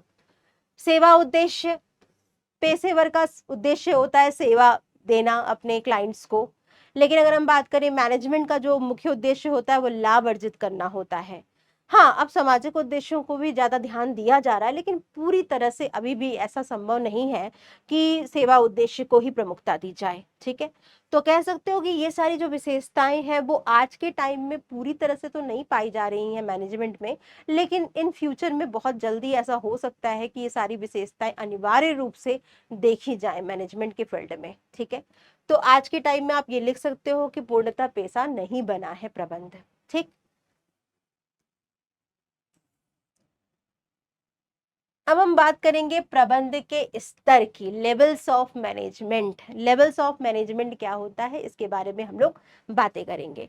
तो देखो बेटा, लेवल का मतलब पहले क्या होता है इसको थोड़ा सा समझते हैं कि लेवल किसे कहा जाता है। देखिए, लेवल का मतलब होता है कि किस स्तर पर आप काम कर रहे हैं, आपके अधिकार क्या है, ठीक। अगर आपके अधिकार ज्यादा हैं तो आपका लेवल हाई होगा, आपके अधिकार बहुत कम है तो आपका लेवल लो होगा, ये कहा जाता है ना। ऐसे ही किसी ऑर्गेनाइजेशन में जो मैनेजर्स लोग काम कर रहे होते हैं उनके भी मुख्यतः 3 लेवल होते हैं, 3 स्तर होते हैं, उच्च स्तर, मध्य स्तर और निम्न स्तर, ठीक है। उच्च स्तर के जो प्रबंधक होते हैं वह किसी ऑर्गेनाइजेशन के, आप कह सकते हो कि बहुत ही हाई अथॉरिटी वाले लोग होते हैं, जिनके अधिकार बहुत ज्यादा होते हैं, जिनके दायित्व बहुत ज्यादा होते हैं, रिस्पॉन्सिबिलिटी बहुत ज्यादा होती है जिनके ऊपर, ठीक है। ये कौन हो सकते हैं, निदेशक मंडल, किसी कंपनी के बोर्ड ऑफ डायरेक्टर, सीईओ, ठीक है, और कंपनी के जो टॉप लेवल के मैनेजर्स हैं उनको हम कह सकते हैं, जो अध्यक्ष हैं, चेयरपर्सन हैं, वो क्या हो गए, वो टॉप लेवल पर काम कर रहे हैं, वो सबसे ज्यादा अधिकार रखने वाले प्रबंधक लोग हैं, ठीक है। तो बेटा अगर आपको इसको डायग्राम से दिखाना हो तो आप कैसे दिखा सकते हो, आप कुछ इस तरह से लेवल्स ऑफ मैनेजमेंट बना सकते हो एक त्रिभुज के शेप में, ठीक है, जिसमें ये सबसे पहला वाला जो हाई लेवल होता है वो होता है उच्च स्तर का, टॉप लेवल का, ठीक है। इसके बाद आता है ये मिडिल लेवल, ठीक। इसके बाद आता है ये आपका मिडिल लेवल, मध्य स्तर, ठीक है। इसके बाद आता है आपका ये निम्न स्तर, ठीक है, ये आता है आपका निम्न स्तर। निम्न स्तर को हम लोग संचालन स्तर के प्रबंधक भी बोलते हैं, संचालन स्तर के प्रबंधक भी बोलते हैं, पर्यवेक्षण स्तर के, सुपरवाइजरी लेवल ऑफ मैनेजमेंट, पर्यवेक्षण स्तर भी कहा जाता है। तो निम्न स्तर, संचालन स्तर या पर्यवेक्षण स्तर भी इसे कहा जाता है। ठीक है, अब बेटा ये जो पिरामिड वाला शेप का जो बना है वो प्रबंध के स्तरों को बताया जा रहा है किसी ऑर्गेनाइजेशन में। उच्च स्तर में क्या आते हैं, इसमें संचालक मंडल लोग आते हैं, चेयरमैन आते हैं, सीईओ आते हैं, जो कि किसी पूरे ऑर्गेनाइजेशन से संबंधित उद्देश्य बनाते हैं, पॉलिसीज बनाते हैं, नीतियां बनाते हैं, काम करने का ढंग बनाते हैं कि हर कार्य कैसे किस प्रकार से संगठन में किया जाएगा। ठीक है, स्ट्रेटजीज बनाते हैं, रणनीतियां बनाते हैं संगठन के लिए। ये सब का काम करने का जो काम होता है वो आपके टॉप लेवल के मैनेजर्स का होता है, इनका सबसे ज्यादा पावर होता है। इसके बाद आता है मध्य स्तर के प्रबंधक। इसमें कौन लोग आते हैं, इसमें डिपार्टमेंटल हेड आते हैं, विभागीय अध्यक्ष, जैसे कि क्रय प्रबंधक, उत्पादन प्रबंधक, विक्रय प्रबंधक, मार्केटिंग मैनेजर, ठीक है, विपणन प्रबंधक जिसे बोलते हैं। ये क्या होते हैं, ये अपने विभाग से संबंधित नीति बनाते हैं, विभाग से संबंधित कर्मचारियों की नियुक्ति करते हैं, विभागों के काम के लिए ये बेसिकली जिम्मेदार होते हैं। और निम्न स्तर के जो प्रबंधक होते हैं उनसे ये क्या करते हैं, उनसे वो एक कड़ी का काम करते हैं, निम्न स्तर के प्रबंधक की बातों को उच्च स्तर के प्रबंधक तक पहुंचाने का काम करते हैं। ठीक है, तो बेटा ये क्या हो गए, ये सारे विभागीय अध्यक्ष हो गए। ये जो अपने उद्देश्य बनाते हैं, अपनी योजनाएं बनाते हैं, नीतियों को लागू करने का काम इनका होता है। जो भी उद्देश्य नीतियां बनाई गई हैं उच्च स्तर के प्रबंधक के द्वारा उन्हें अपने विभाग में लागू करवाने का काम भी इनका होता है। निम्न स्तर के जो प्रबंधक होते हैं वो डायरेक्टली कनेक्टेड होते हैं एम्प्लॉय से, बिल्कुल डायरेक्टली कनेक्टेड होते हैं, एम्प्लॉय की कामों को निगरानी रखते हैं, ऑब्जर्वेशन करते हैं उनका। और साथ ही साथ बच्चा ये क्या करते हैं, यह पर्यवेक्षण का कार्य करते हैं, सुपरविजन का काम करते हैं, ऑब्जर्वेशन का काम करते हैं, टारगेट पूरा हो रहा है कि नहीं हो रहा है, एम्प्लॉय सही तरीके से काम कर रहे हैं कि नहीं कर रहे हैं, और एम्प्लॉय की प्रॉब्लम को मध्यम स्तर के प्रबंधक तक पहुंचाने का काम करते हैं। ठीक है, तो यहाँ पर देखो बेटा प्रबंध के जो स्तर बनाए गए हैं उनके सभी स्तरों के काम को यहाँ पर दर्शाया गया है। उच्च स्तर का प्रबंधक क्या क्या काम करता है, तो देखो उच्च स्तर का प्रबंधक सबसे पहले क्या करता है बेटा, सबसे पहले वो करता है संगठन के उद्देश्य निर्धारित करता है, संगठन के लिए प्लानिंग का काम करता है, नीतियां बनाता है, संगठन का कल्याण और उत्तरजीविता के लिए वो जिम्मेदार होता है कि संगठन लंबे समय तक चलता रहे, बाह्य संसार के साथ सामंजस्य स्थापित करता है, मतलब प्रेस कॉन्फ्रेंस करना, मीडिया सेमिनार करवाना, ये सब का काम जो होता है, मतलब बाह्य जनता को एक प्रकार से संगठन के बारे में अवगत कराने का काम जो होता है वो इन्हीं का होता है। ठीक, इसके बाद आता है मध्यम स्तर के। तो मध्यम स्तर के प्रबंधक का जो काम होता है, जो उच्च स्तर ने जो भी नीतियां बनाई हैं, उद्देश्य बनाए हैं, उनको लागू करना अपने डिपार्टमेंट में। ठीक है, कर्मचारियों की भर्तियां करना अपने विभाग से संबंधित, लोगों को श्रेष्ठ निष्पादन के लिए प्रेरित करना। ठीक है, कर्मचारियों को निर्देश देना और उनका नियंत्रण करना, ठीक, अपने विभाग से संबंधित। और निम्न स्तर के जो पर्यवेक्षकीय स्तर के प्रबंधक होते हैं वो क्या करते हैं, वो श्रमिकों की शिकायतों को दर्शाते हैं, कार्य करने की बेहतर स्थिति प्रदान करते हैं जिससे कि श्रमिक अच्छे से काम को कर सके, खुशी खुशी रह करके श्रमिकों की सुरक्षा को आश्वस्त करते हैं, इंश्योर करते हैं कि उनके कार्य करने की जो सुरक्षा है, जो दशा है, जो वातावरण है वो अच्छा हो। गुणवत्ता मानकों का पालन पूरा करवाते हैं, मतलब क्वालिटी स्टैंडर्ड देखते हैं कि जो प्रोडक्ट या जो सर्विस प्रोड्यूस की जा रही है, प्रोवाइड की जा रही है, वो क्वालिटी वाली होनी चाहिए। इसको इंश्योर करने का काम भी निम्न स्तर के प्रबंधक का ही होता है। ठीक है, इसके अलावा और भी बहुत सारे काम हैं उच्च स्तर के, विविध तत्वों को एकीकृत करना, क्रियाकलापों में समन्वय लाना, कोऑर्डिनेशन का काम देखना। इसके बाद जो आपके मध्यम स्तर के प्रबंधक होते हैं वो दूसरे विभागों के साथ सहयोग करते हैं। ठीक है, व्यावसायिक वातावरण से संबंधित ऑब्जर्वेशन करना कि बिजनेस के बाहर क्या हो रहा है। ठीक है, वातावरण कैसा है, रणनीतियां बनाना, ये सब उच्च स्तर के प्रबंधक का काम होता है। व्यवसाय के सभी गतिविधियों के लिए जिम्मेदार होते हैं उच्च स्तर का प्रबंधक। सभी गतिविधि, अगर व्यवसाय कम लाभ कमा रहा है तो इसकी जिम्मेदारी सबसे पहले किसकी बनेगी? उच्च स्तर के प्रबंधक की बनेगी। अगर व्यवसाय फेल हो रहा है, बंद करना पड़ रहा है, तो उच्च स्तर का प्रबंधक सबसे पहले जवाबदेह होगा। ठीक है, मध्यम स्तर के प्रबंधक की अगर हम बात करें तो ये उच्च स्तर के द्वारा बनाई गई योजनाओं को लागू करवाता है और निम्न स्तरीय प्रबंधकों की सभी गतिविधियों के लिए जिम्मेदार होता है। बेटा, निम्न स्तर के प्रबंधक जो भी काम कर रहे हैं, अगर गलत कर रहे हैं तो उसकी जिम्मेदारी किसकी बनेगी? मध्यम स्तर के प्रबंधक की बनेगी, क्योंकि बॉस तो वही है ना। इसके बाद आता है निम्न स्तर के प्रबंधक, तो ये श्रमिकों के मनोबल को बढ़ाने का काम करते हैं और सामग्रियों के अपव्यय को न्यूनतम करने का काम करते हैं। मतलब वेस्टेज ऑफ रिसोर्सेज कम से कम हो, इसको देखने का काम भी निम्न स्तर के प्रबंधक का होता है। ठीक, इसके बाद देखिए बेटा, अब हम लोग बात करेंगे प्रबंध के कार्य की।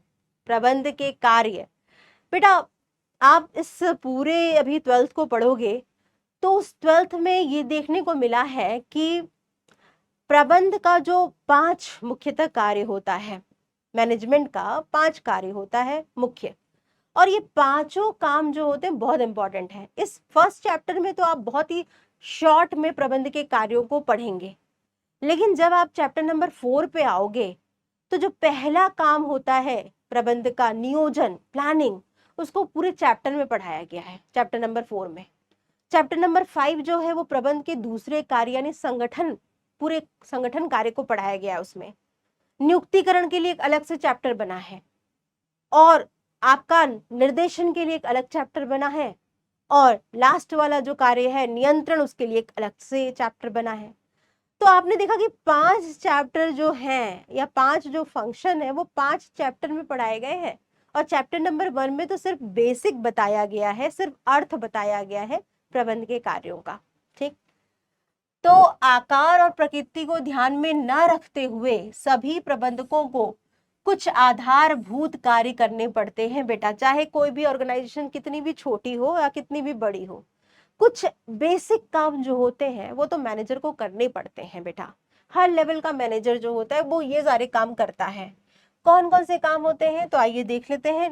नियोजन, planning, organising, staffing, directing, controlling.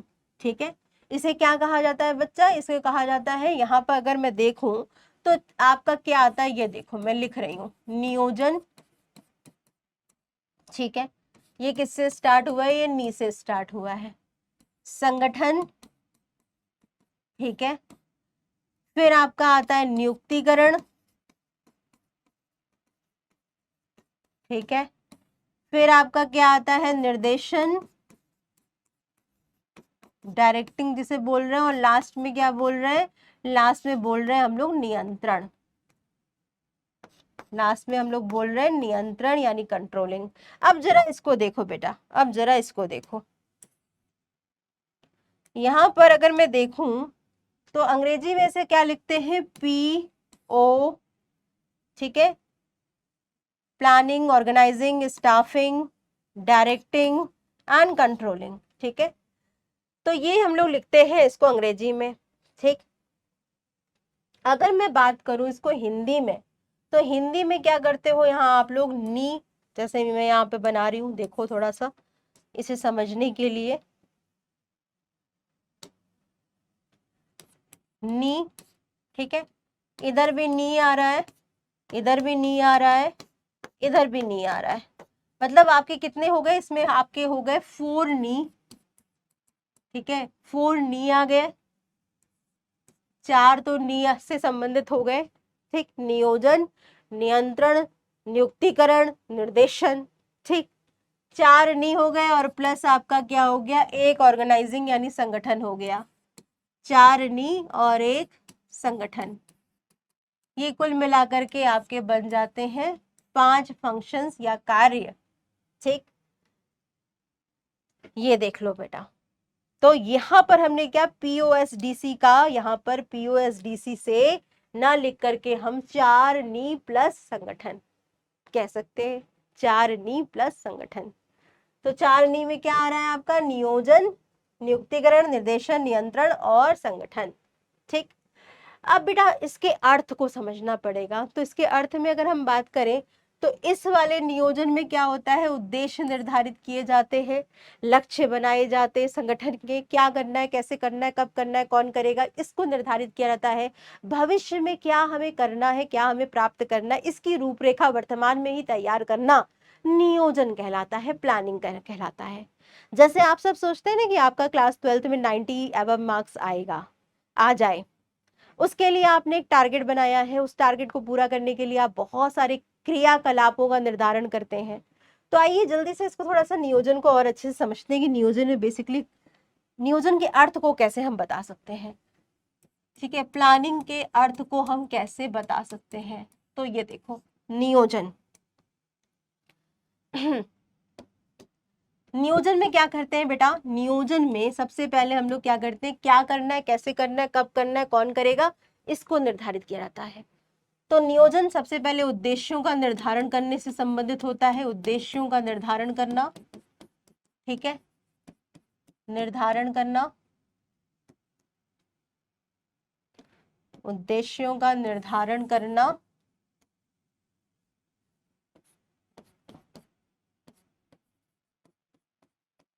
ठीक है। चलो, इसके बाद क्या हो रहा है भाई, नियोजन में उद्देश्यों का निर्धारण करने के बाद उद्देश्यों को पूरा करने के लिए क्रियाविधियों को, क्रियाविधि मतलब कैसे कैसे कितने क्रियाविधियों, विधियों का पता लगाना, ठीक है। इसके बाद कहीं ना कहीं बेटा उस क्रियाविधि में उसका कैसे किसी उद्देश्य को पूरा करने के कितने तरीके हो सकते हैं, कितनी एक्टिविटीज हो सकती हैं, ठीक है, उसका पता लगाने के बाद सबसे बेस्ट जो होगा बेटा, सबसे बेस्ट, सबसे अच्छी क्रियाविधि का चुनाव करना, क्रियाविधि या काम करने का तरीका का चुनाव करना नियोजन में ही होता है, ठीक है। और उसके बाद क्या करते हैं बेटा, उसके बाद ये भी देखते रहते हैं कि फिर सही तरीके से वो योजना जो बनाई गई है वो लागू हो रही है कि नहीं हो रही है, अनुवर्तन का काम भी देखा जाता है, ठीक है। तो उद्देश्यों का निर्धारण करना, क्रियाविधियों का पता लगाना, सबसे अच्छी क्रियाविधि का चुनाव करना, यानी एक मानसिक कसरत होती है, ये एक मानसिक कसरत होती है, सोचने संबंधित से संबंधित कार्य होता है, मानसिक कसरत है क्या, नियोजन। तो नियोजन में बेसिकली भविष्य के लिए पूर्वानुमान लगाए जाते हैं, भविष्य पर क्या काम करना है, भविष्य में इसकी रूपरेखा तैयार की जाती है वर्तमान में ही, ठीक है, करंट में ही, प्रेजेंट में ही। इसके बाद देखो बच्चा, इसके बाद आता है आपका जो काम है संगठन, ठीक है। तो संगठन काम क्या है, इसको हम लोग थोड़ा सा समझ लेते हैं कि संगठन काम क्या होता है। तो देखो, अगर मैं बात करूं संगठन में क्या किया जाता है, ऑर्गेनाइजिंग, ठीक।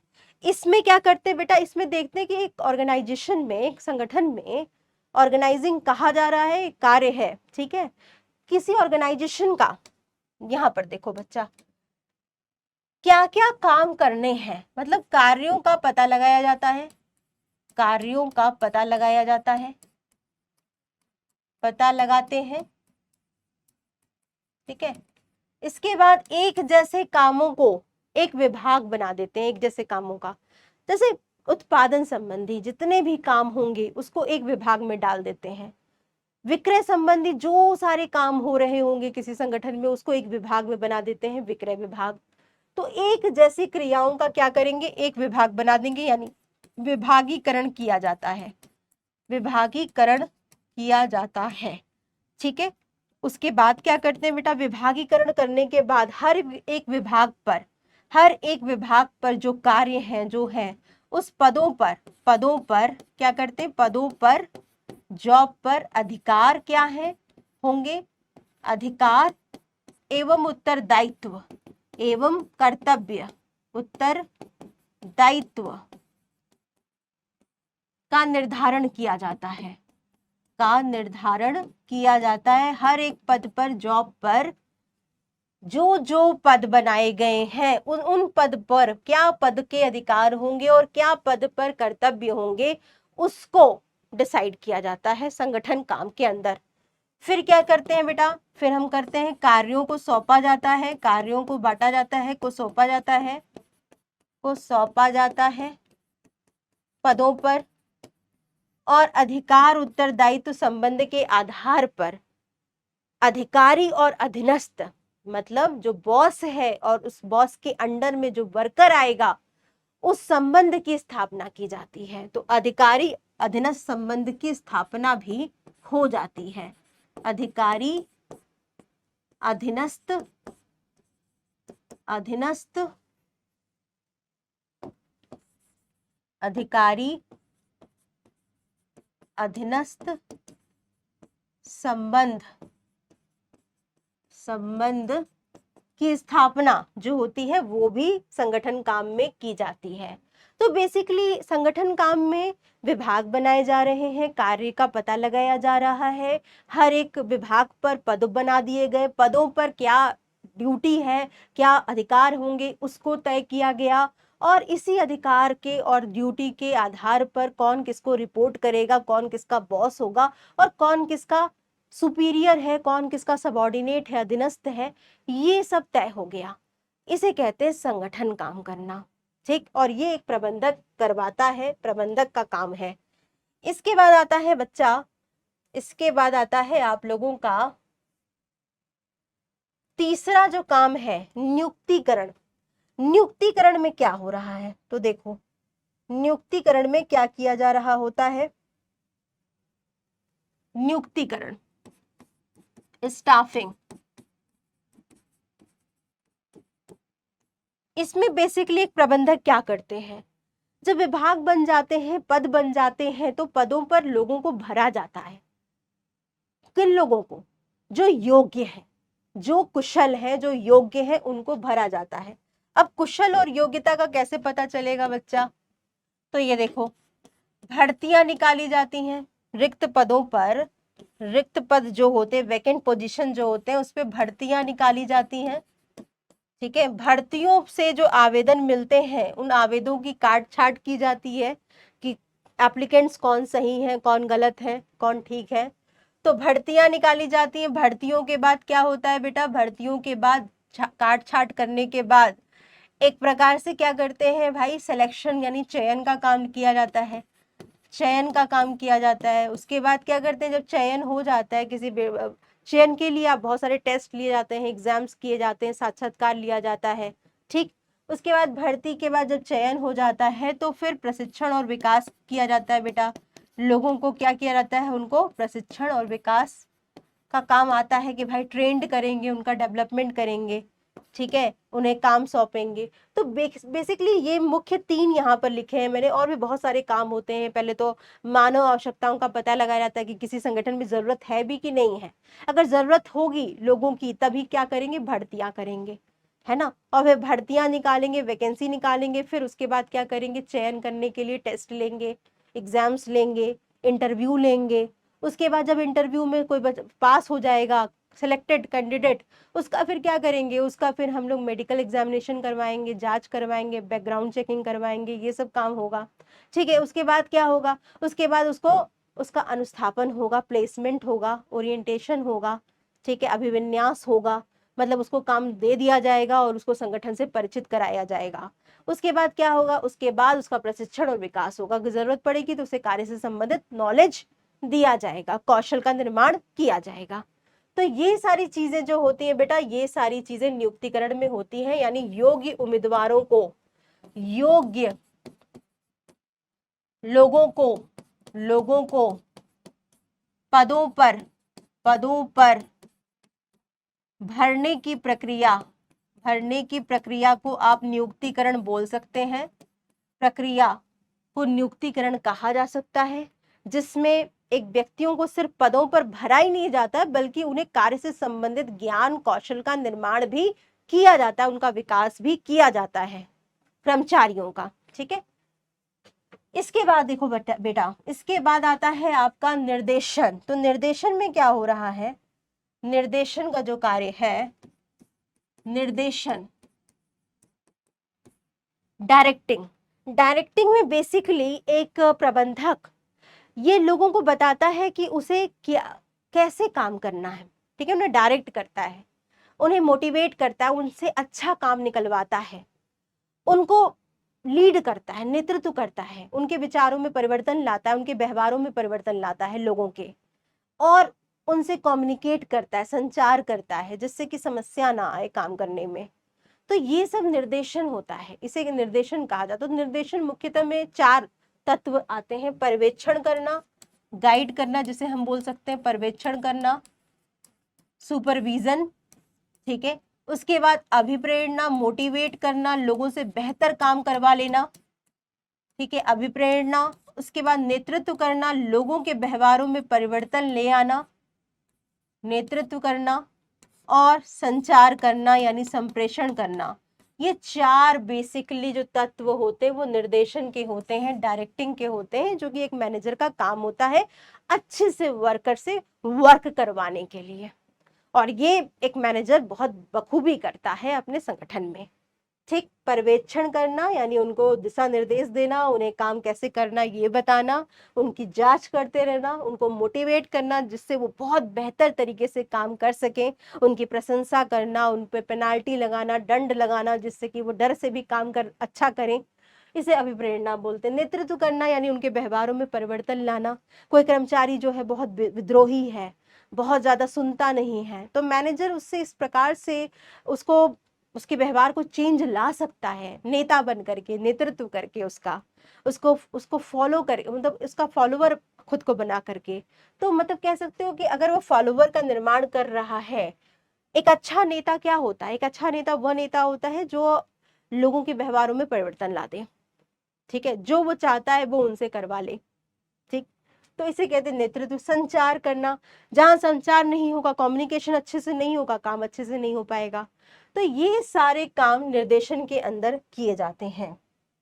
इसके बाद आता है लास्ट जो फंक्शन आता है बेटा, वो आता है क्या? वो आता है आपका नियंत्रण, कंट्रोलिंग। ये भी मैनेजमेंट का कार्य है। इसमें एक मैनेजर क्या करता है बेटा? इसमें एक मैनेजर ये देखता है कि जो प्लान्ड में, जो प्लानिंग में जो टारगेट बनाए गए थे, लक्ष्य उद्देश्य निर्धारित किए गए थे, क्या उन लक्ष्यों को सही तरीके से पूरा किया जा रहा है? जो स्टैंडर्ड टारगेट बनाए गए हैं, क्या उन्हें सही से अचीव कर लिया गया है, या कुछ अभी सुधार की जरूरत है, कुछ अंतर आ रहा है, और अंतर क्यों आ रहा है इसके कारण का पता लगा करके सुधार करने की जरूरत है। तो नियंत्रण में बेसिकली क्या करते हैं? नियंत्रण में पहले तो मानक का यानी टारगेट का निर्माण करते हैं, मानक निर्धारित करते हैं, टारगेट का पता लगाते हैं जो कि प्लानिंग से मिल जाता है, नियोजन से। फिर मानक यानी टारगेट के अनुसार काम हो रहा है कि नहीं हो रहा है, इसको पता लगाने के लिए वास्तविक, एक्चुअल जो वर्क है, वास्तविक कार्य, उसका मापन किया जाता है, उसको मेजर किया जाता है, ठीक है। फिर उस वास्तविक मानक से यानी जो टारगेट बनाया गया है, मानक से वास्तविक यानी एक्चुअल वर्क जो है, वास्तविक कार्य, उसकी तुलना की जाती है, कार्य की तुलना की जाती है, कंपेयर किया जाता है, ठीक है, तुलना की जाती है। उसके बाद क्या होता है बेटा? अगर तुलना करने पर कुछ डिफरेंस पाया जा रहा है, कुछ अंतर पाया जा रहा है, विचलन जिसे बोलते हैं, तो विचलन ज्ञात किया जाता है। और अगर विचलन थोड़ा ज्यादा है तो विचलन के कारण का पता लगाया जाता है, विचलन का विश्लेषण किया जाता है, विचलन का कारण पता लगाया जाता है, विचलन विश्लेषण शामिल होता है। और उसके बाद सुधारात्मक कार्रवाई, क्यों हुआ अंतर, क्या प्रॉब्लम आ गई, ठीक है, यानी सुधारात्मक कार्रवाई, सुधारात्मक कार्रवाई। जैसे मान लो एक टारगेट बनाया गया था भाई, सुधारात्मक कार्य किए जाते हैं। टारगेट बनाया गया था कि 1 लाख जो है प्रोडक्शन यूनिट को बढ़ाना है किसी वस्तु के, ठीक है, टारगेट हो गया 1 लाख यूनिट प्रोडक्शन बढ़ाना। फिर क्या हुआ? फिर 1 लाख नहीं हो पाया, केवल 80,000 प्रोडक्शन हो पाया, 20,000 कम हुआ। 20,000 क्यों कम हुआ, इसका कारण का पता लगाया गया, तो पता चला कि जो मशीन थी वो बहुत आउटडेटेड है, हो गई है, पुरानी हो गई है, जो जिसकी उत्पादकता क्षमता कम हो गई है, प्रोडक्शन कैपेसिटी कम हो गई है। अब मशीन मेन प्रॉब्लम थी, तो अब मशीन को या तो रिप्लेस कर दिया जाए या फिर नई मशीन लाई जाए, ज़्यादा कॉस्ट उस पर लगाया जाए, तभी क्या होगा, प्रोडक्शन बढ़ेगा। तो सुधारात्मक कार्रवाई करने की जब आवश्यकता है तो उस पर विचार किया जाता है। तो ये सब कुछ है कंट्रोलिंग में होता है। तो नियंत्रण एक प्रकार से एंश्योर कर देता है कि टारगेट हमारा सही से कंप्लीट हो जाएगा, और नहीं हो रहा है तो क्यों नहीं हो रहा है, क्या वजह है, ठीक है। तो यही है, और ये काम भी एक प्रबंधक का होता है। तो बेटा ये पांचों जो फंक्शंस होते हैं वो आप लोगों ने देखा कि प्रबंध के कार्य हैं। अब जो सबसे इम्पॉर्टेंट टॉपिक जिसे कहते हैं कि क्वेश्चंस बन करके आते भी हैं इस टॉपिक से आपके इस चैप्टर में, वो लास्ट टॉपिक है समन्वय यानी कोऑर्डिनेशन। समन्वय यानी कोऑर्डिनेशन। अगर मैं बात करूं कि समन्वय क्या होता है, ठीक है, तो यहाँ पर थोड़ा सा समन्वय को समझने के लिए पहले हम ये जानने की कोशिश करेंगे कि समन्वय का मतलब क्या होता है। देखो बेटा बच्चा, समन्वय कोऑर्डिनेशन जिसे अंग्रेजी में बोलते हैं, आपको यहाँ पे एक डांस दिख रहा है ना, यहाँ पर एक डांस दिख रहा है, और आपको यहाँ पर हैंड मूवमेंट दिख रहे होंगे, हो सकता है कोई म्यूजिक चल रहा होगा जिसमें कि ये सारी जो डांसर्स हैं वो एक ही डायरेक्शन में क्या कर रही है, अपने हैंड का मूवमेंट कर रही है ना। तो इस प्रकार से ये बहुत ही क्या लग रहा है, तालमेल वाली क्रिया लग रही है, कोऑर्डिनेटेड एक्टिविटीज लग रही है, समन्वित क्रिया लग रही है ना। जब सभी व्यक्ति जो लोग काम कर रहे हैं सभी एक ही दिशा में एक ही तरीके से मिलजुल करके तालमेल बैठा करके काम करते हैं तो कहते हैं कि यहाँ पर समन्वय हो रहा है, कोऑर्डिनेशन हो रहा है, ठीक है। तो समन्वय एक ऐसी प्रक्रिया होती है जिसमें तालमेल बैठाया जाता है लोगों के प्रयासों में, लोगों की क्रियाओं में, प्रबंध के लोगों में, प्रबंध के स्तरों में, प्रबंध के विभागों में, ठीक है। तालमेल बैठाने की क्रिया को समन्वय कहा जाता है। तो समन्वय क्या है, समन्वय का मीनिंग होता है एक संगठन की विभिन्न क्रियाओं को इकट्ठे लाना या एकीकृत करना, इंटीग्रेट करना, एक दिशा देना, एकीकृत करना, ठीक है, एक दिशा देना। तो समन्वय वह क्रिया होती है जिसमें विभिन्न क्रियाओं को, विभिन्न लोगों को, विभिन्न व्यक्तियों की क्रियाओं को, एफर्ट्स को एकीकृत किया जाता है, एक दिशा दी जाती है, ठीक है। इसके बाद देखो बेटा, प्रबंध की में समन्वय की जो प्रकृति होती है वो कैसी होती है, समन्वय की प्रकृति या समन्वय की विशेषताएं, कोऑर्डिनेशन की विशेषता क्या होती है। तो यहाँ पर देखिए, सामूहिक प्रयासों को एकीकृत करना समन्वय है। सामूहिक प्रयास का मतलब होता है जहां संगठन में बहुत सारे लोग काम कर रहे होते हैं, बहुत सारे व्यक्ति लोग काम कर रहे होते हैं, जो कि समूह में काम कर रहे होते हैं, ग्रुप में काम कर रहे होते हैं। तो उन समूह के कार्यों को एक ऑब्जेक्टिव, एक दिशा देने की जो प्रक्रिया होती है उसे हम कहते हैं कोऑर्डिनेशन। प्रयासों की सकारात्मकता, सकारात्मक दिशा में यानी ऑब्जेक्टिव लोगों को बता दिया गया, उसी ऑब्जेक्टिव में, उसी उद्देश्य को पूरा करने के लिए सभी व्यक्ति लोग काम कर रहे हैं। तो ये क्या होगा, इससे सकारात्मकता आएगी, इससे पॉजिटिविटी आएगी, पॉजिटिव रिजल्ट्स आएंगे। तो प्रयासों की सकारात्मकता को सुनिश्चित करता है, ठीक। निरंतर प्रक्रिया है बेटा, ऐसा नहीं है कि समन्वय कोई एक बार किया जाने वाला काम है। जैसे प्रबंध लगातार चलता रहता है, वैसे ही एक समन्वय का जो तालमेल बैठाने की जो क्रिया होती है वो अभी लगातार चलती रहती है जब तक कि काम हो रहे हैं। तो निरंतर प्रक्रिया है। समन्वय एक व्यापक कार्य बेटा, हर प्रकार के संगठन में, चाहे संगठन छोटा है, बड़ा है, किसी भी प्रकार का संगठन है, समन्वय वहां जरूरी होता है। तो ये एक व्यापक कार्य है, ठीक है। चाहे कोई भी किसी भी प्रकार का ऑर्गेनाइजेशन क्यों ना हो, समन्वय हर जगह पाया जाता है। समन्वय सभी प्रबंधकों की जवाबदेही है बेटा, ऐसा नहीं है कि टॉप लेवल का जो मैनेजर है वही कोऑर्डिनेशन बैठाएगा। Coordination top, middle, lower level, हर एक लेवल का प्रबंधक कोऑर्डिनेशन समन्वय स्थापित करने के लिए जवाबदेह, जिम्मेदार होता है।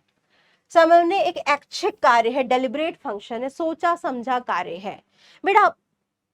सहयोग आपस में मेलजोल से हो सकता है, लेकिन समन्वय लाने के लिए, कोऑर्डिनेशन लाने के लिए पहले से ही मैनेजर इस प्रकार की भूमिका बना देता है, इस प्रकार का एनवायरनमेंट क्रिएट कर देता है जिससे कि लोग आपस में बातचीत करके, कोऑर्डिनेट होकर के काम करें। जैसे फॉर एग्जाम्पल के तौर पर विभाग की अगर हम बात करें तो देखो, उत्पादन के लिए क्या चाहिए, कच्चा माल।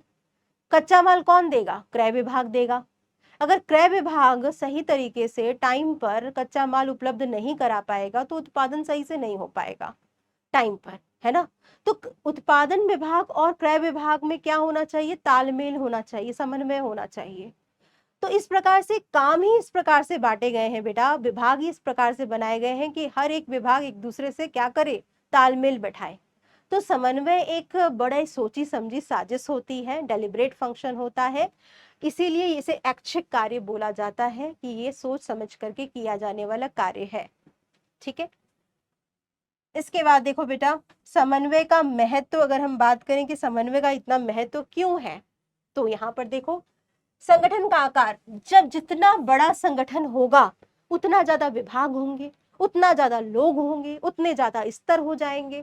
तो जितना बड़ा संगठन उतना ज्यादा काम, उतना ज्यादा विभाग, उतना ज्यादा व्यक्ति, और फिर समन्वय की आवश्यकता भी ज्यादा हो जाएगी, तालमेल बैठाने की जरूरत भी ज्यादा हो जाएगी। कार्यात्मक विभिन्नता, किसी भी संगठन में बहुत सारे काम किए जाते हैं, उत्पादन, विक्रय, विपणन, क्रय, फाइनेंस, वित्त, कई तरह के काम होते हैं, कई तरह के प्रोडक्ट भी बनाए जाते हैं। तो भाई हर एक विभाग का जो प्रबंधक है अपने आप को सुपीरियर समझता है ना, अपने आप को सुपीरियर भी समझता है। और कार्यात्मक विभिन्नता होने की वजह से क्या होता है कि हर एक विभागों के बीच में तालमेल बैठाने की जरूरत होती है, तभी टाइम पर वर्क कंप्लीट होगा। अगर मान लो मार्केटिंग जो है वो अच्छे से नहीं होगी तो सेलिंग अच्छे से नहीं हो पाएगी, है ना। आपने विज्ञापन नहीं किया, आपने अच्छा पैकेजिंग नहीं किया, लेबलिंग नहीं किया, तो फिर अट्रैक्टिव तरीके से सेलिंग को बढ़ाया नहीं जा सकेगा। और अगर मान लो कि प्रोडक्शन सही से नहीं हुआ तो विक्रय नहीं हो पाएगा। क्रय अगर सही से नहीं किया गया, टाइम पर नहीं दिया गया, क्रय विभाग ने कच्चा माल सही से मशीन खरीद करके नहीं दिया, तो फिर उत्पादन नहीं हो पाएगा।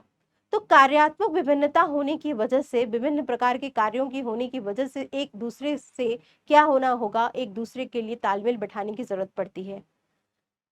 विशिष्टीकरण, स्पेशलाइजेशन, देखो भाई, संगठन में अगर बहुत सारे विभाग हैं तो हर एक विभाग का एक अध्यक्ष है, अलग अलग अध्यक्ष है। उत्पादन विभाग का मुख्य कौन है? उत्पादन प्रबंधक, प्रोडक्शन मैनेजर, है ना। विक्रय विभाग का प्रबंधक मेन कौन है? विक्रय प्रबंधक, सेल्स मैनेजर। तो हर एक मैनेजर अपने आप को क्या समझता है? सुपीरियर समझता है, विशेषज्ञ समझता है।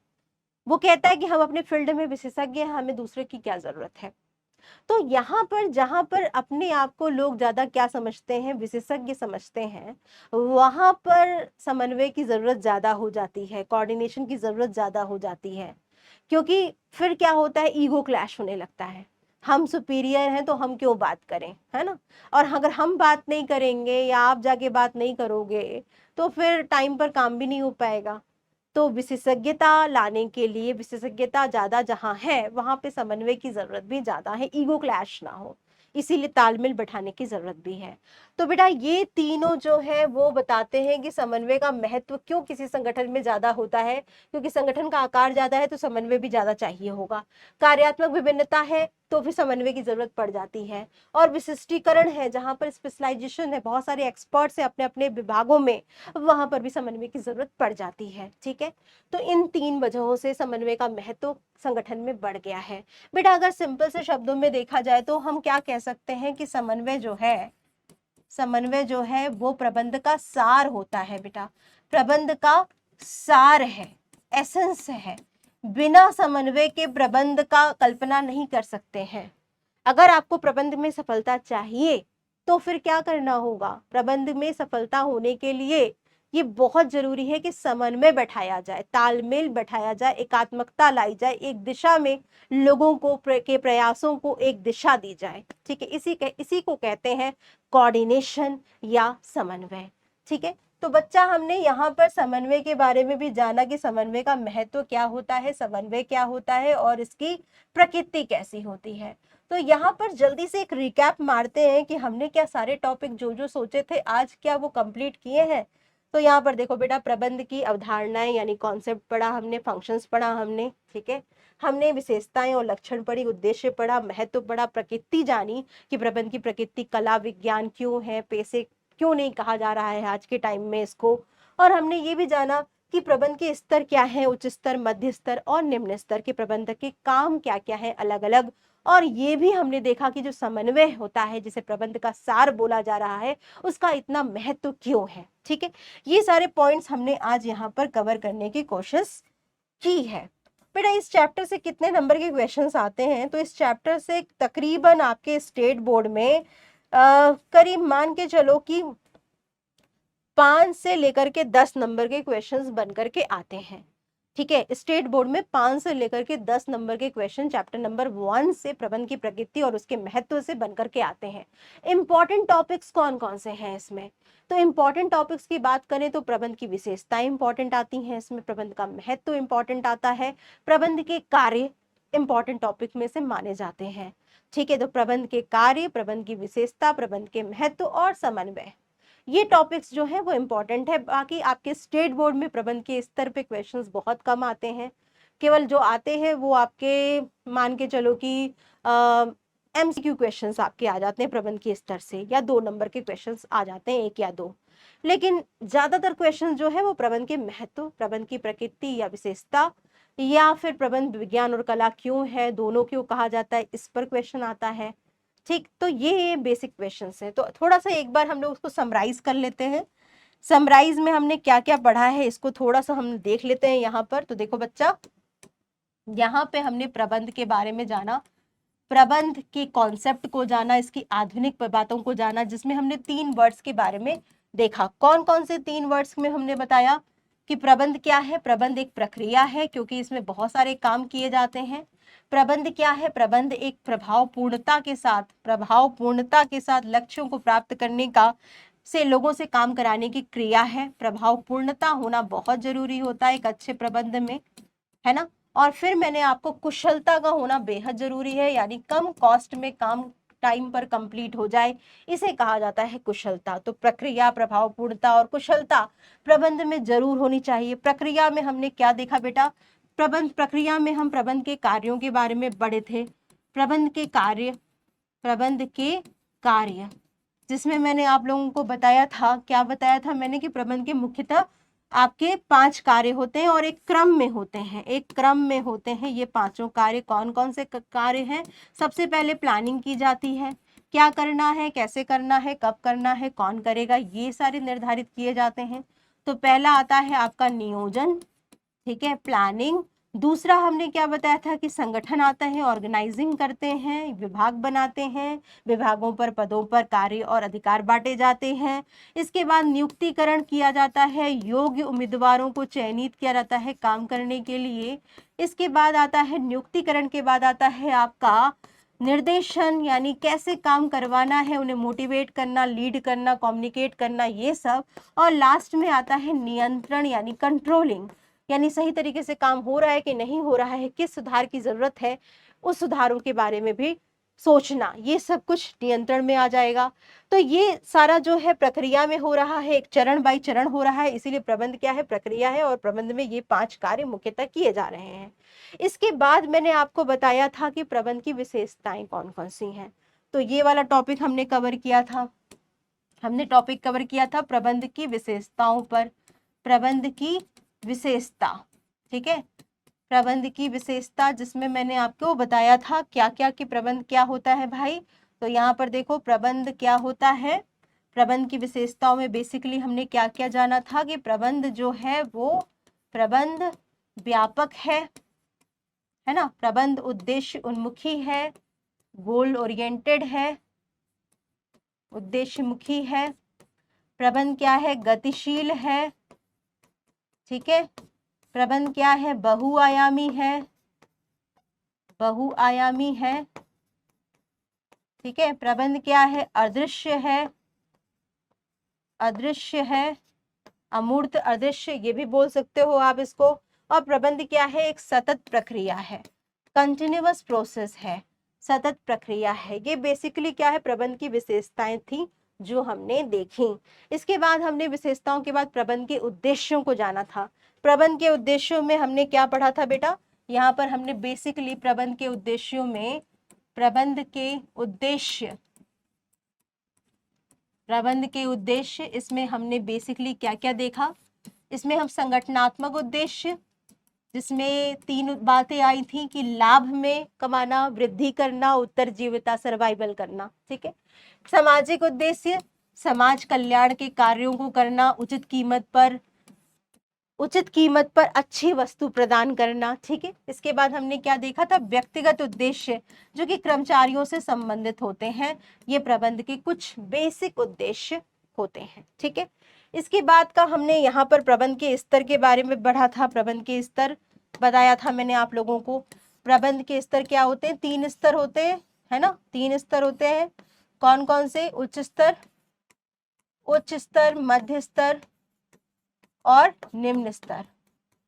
निम्न स्तर अधिकारों के आधार पर ये स्तर बनाए गए हैं, ठीक। इसके बाद हमने प्रबंध की प्रकृति पढ़ा कि प्रबंध विज्ञान और कला कैसे है, ठीक। इसके अलावा हमने एक और चीज यहाँ पर देखी थी बेटा, वो कॉन्सेप्ट क्या था, वो कॉन्सेप्ट था हमारा समन्वय पर। हमने समन्वय के बारे में पढ़ा, ठीक है, हमने समन्वय के बारे में पढ़ा। तो ये सारी चीजें इस पूरे के पूरे चैप्टर में हमने बेसिक कवर की है। अब बात करूंगी मैं आप लोगों के लिए कि इम्पोर्टेंट क्या है मैम, इम्पोर्टेंट क्या है इसमें। तो देखो बेटा, इसमें जो चीज़ बहुत इम्पॉर्टेंट है, इम्पॉर्टेंट पॉइंट्स में स्टेट बोर्ड के लिए बेसिकली हमारे स्टेट बोर्ड के बच्चों के लिए जो इम्पॉर्टेंट है, चाहे वो यूपी बोर्ड हो या बिहार बोर्ड हो, स्पेशली अगर मैं बात करूं तो ये क्वेश्चंस जो हमारे आते हैं, प्रबंध की विशेषता का टॉपिक आपके लिए इम्पॉर्टेंट है, ठीक है। इसके महत्व का टॉपिक आपके लिए इम्पॉर्टेंट है, ठीक है। इसके कार्य, जो प्रबंध के कार्य हैं, वो इम्पॉर्टेंट है आपके लिए। और समन्वय का जो टॉपिक है वो आप जरा देख के जाइएगा। ये सारे स्टेट बोर्ड के बच्चों के लिए इम्पॉर्टेंट है, ठीक है। आपके चैप्टर नंबर 1 से कितने मार्क्स के क्वेश्चंस आ जाते हैं जनरली, तो मार्क्स आते हैं 5 to 10 मार्क्स आते हैं बेटा आपके चैप्टर नंबर 1 से, ठीक है। तो ये सारी चीजें आपकी थी। अब आपको क्या करना है बेटा, देखो जैसे चैप्टर खत्म कंप्लीट होता है, आपको जो भी हमने पढ़ाया, ठीक है, जो भी आपने यहाँ पर अभी इस चैप्टर में पढ़ा है, 1 शॉर्ट वीडियो में देखा है, सुना है, समझा है, किताबों से पढ़ा है, तो उसको किताबों से पढ़ने के बाद, समझने के बाद, थोड़ा सा याद करने के बाद आप अपने नोट्स जरूर बनाइए, अपने खुद के लिखे हुए नोट्स, आपके हैंड रिटन नोट्स जिसे बोलते हैं, आपके हैंड रिटन नोट्स जो आपके खुद के शब्दों में होंगे बेटा, आपके खुद के शब्दों में होने चाहिए, किताबी लैंग्वेज नहीं होनी चाहिए, ठीक है। स्वयं के लिखे हुए नोट्स होने चाहिए, वो आप जरूर प्रिपेयर कर लीजिए चैप्टर नंबर 1 से, ठीक। ये काम आपको करना है, ठीक है। तो बच्चा लोग, उम्मीद करती हूँ कि चैप्टर नंबर 1 आपको अच्छे से समझ में आया होगा।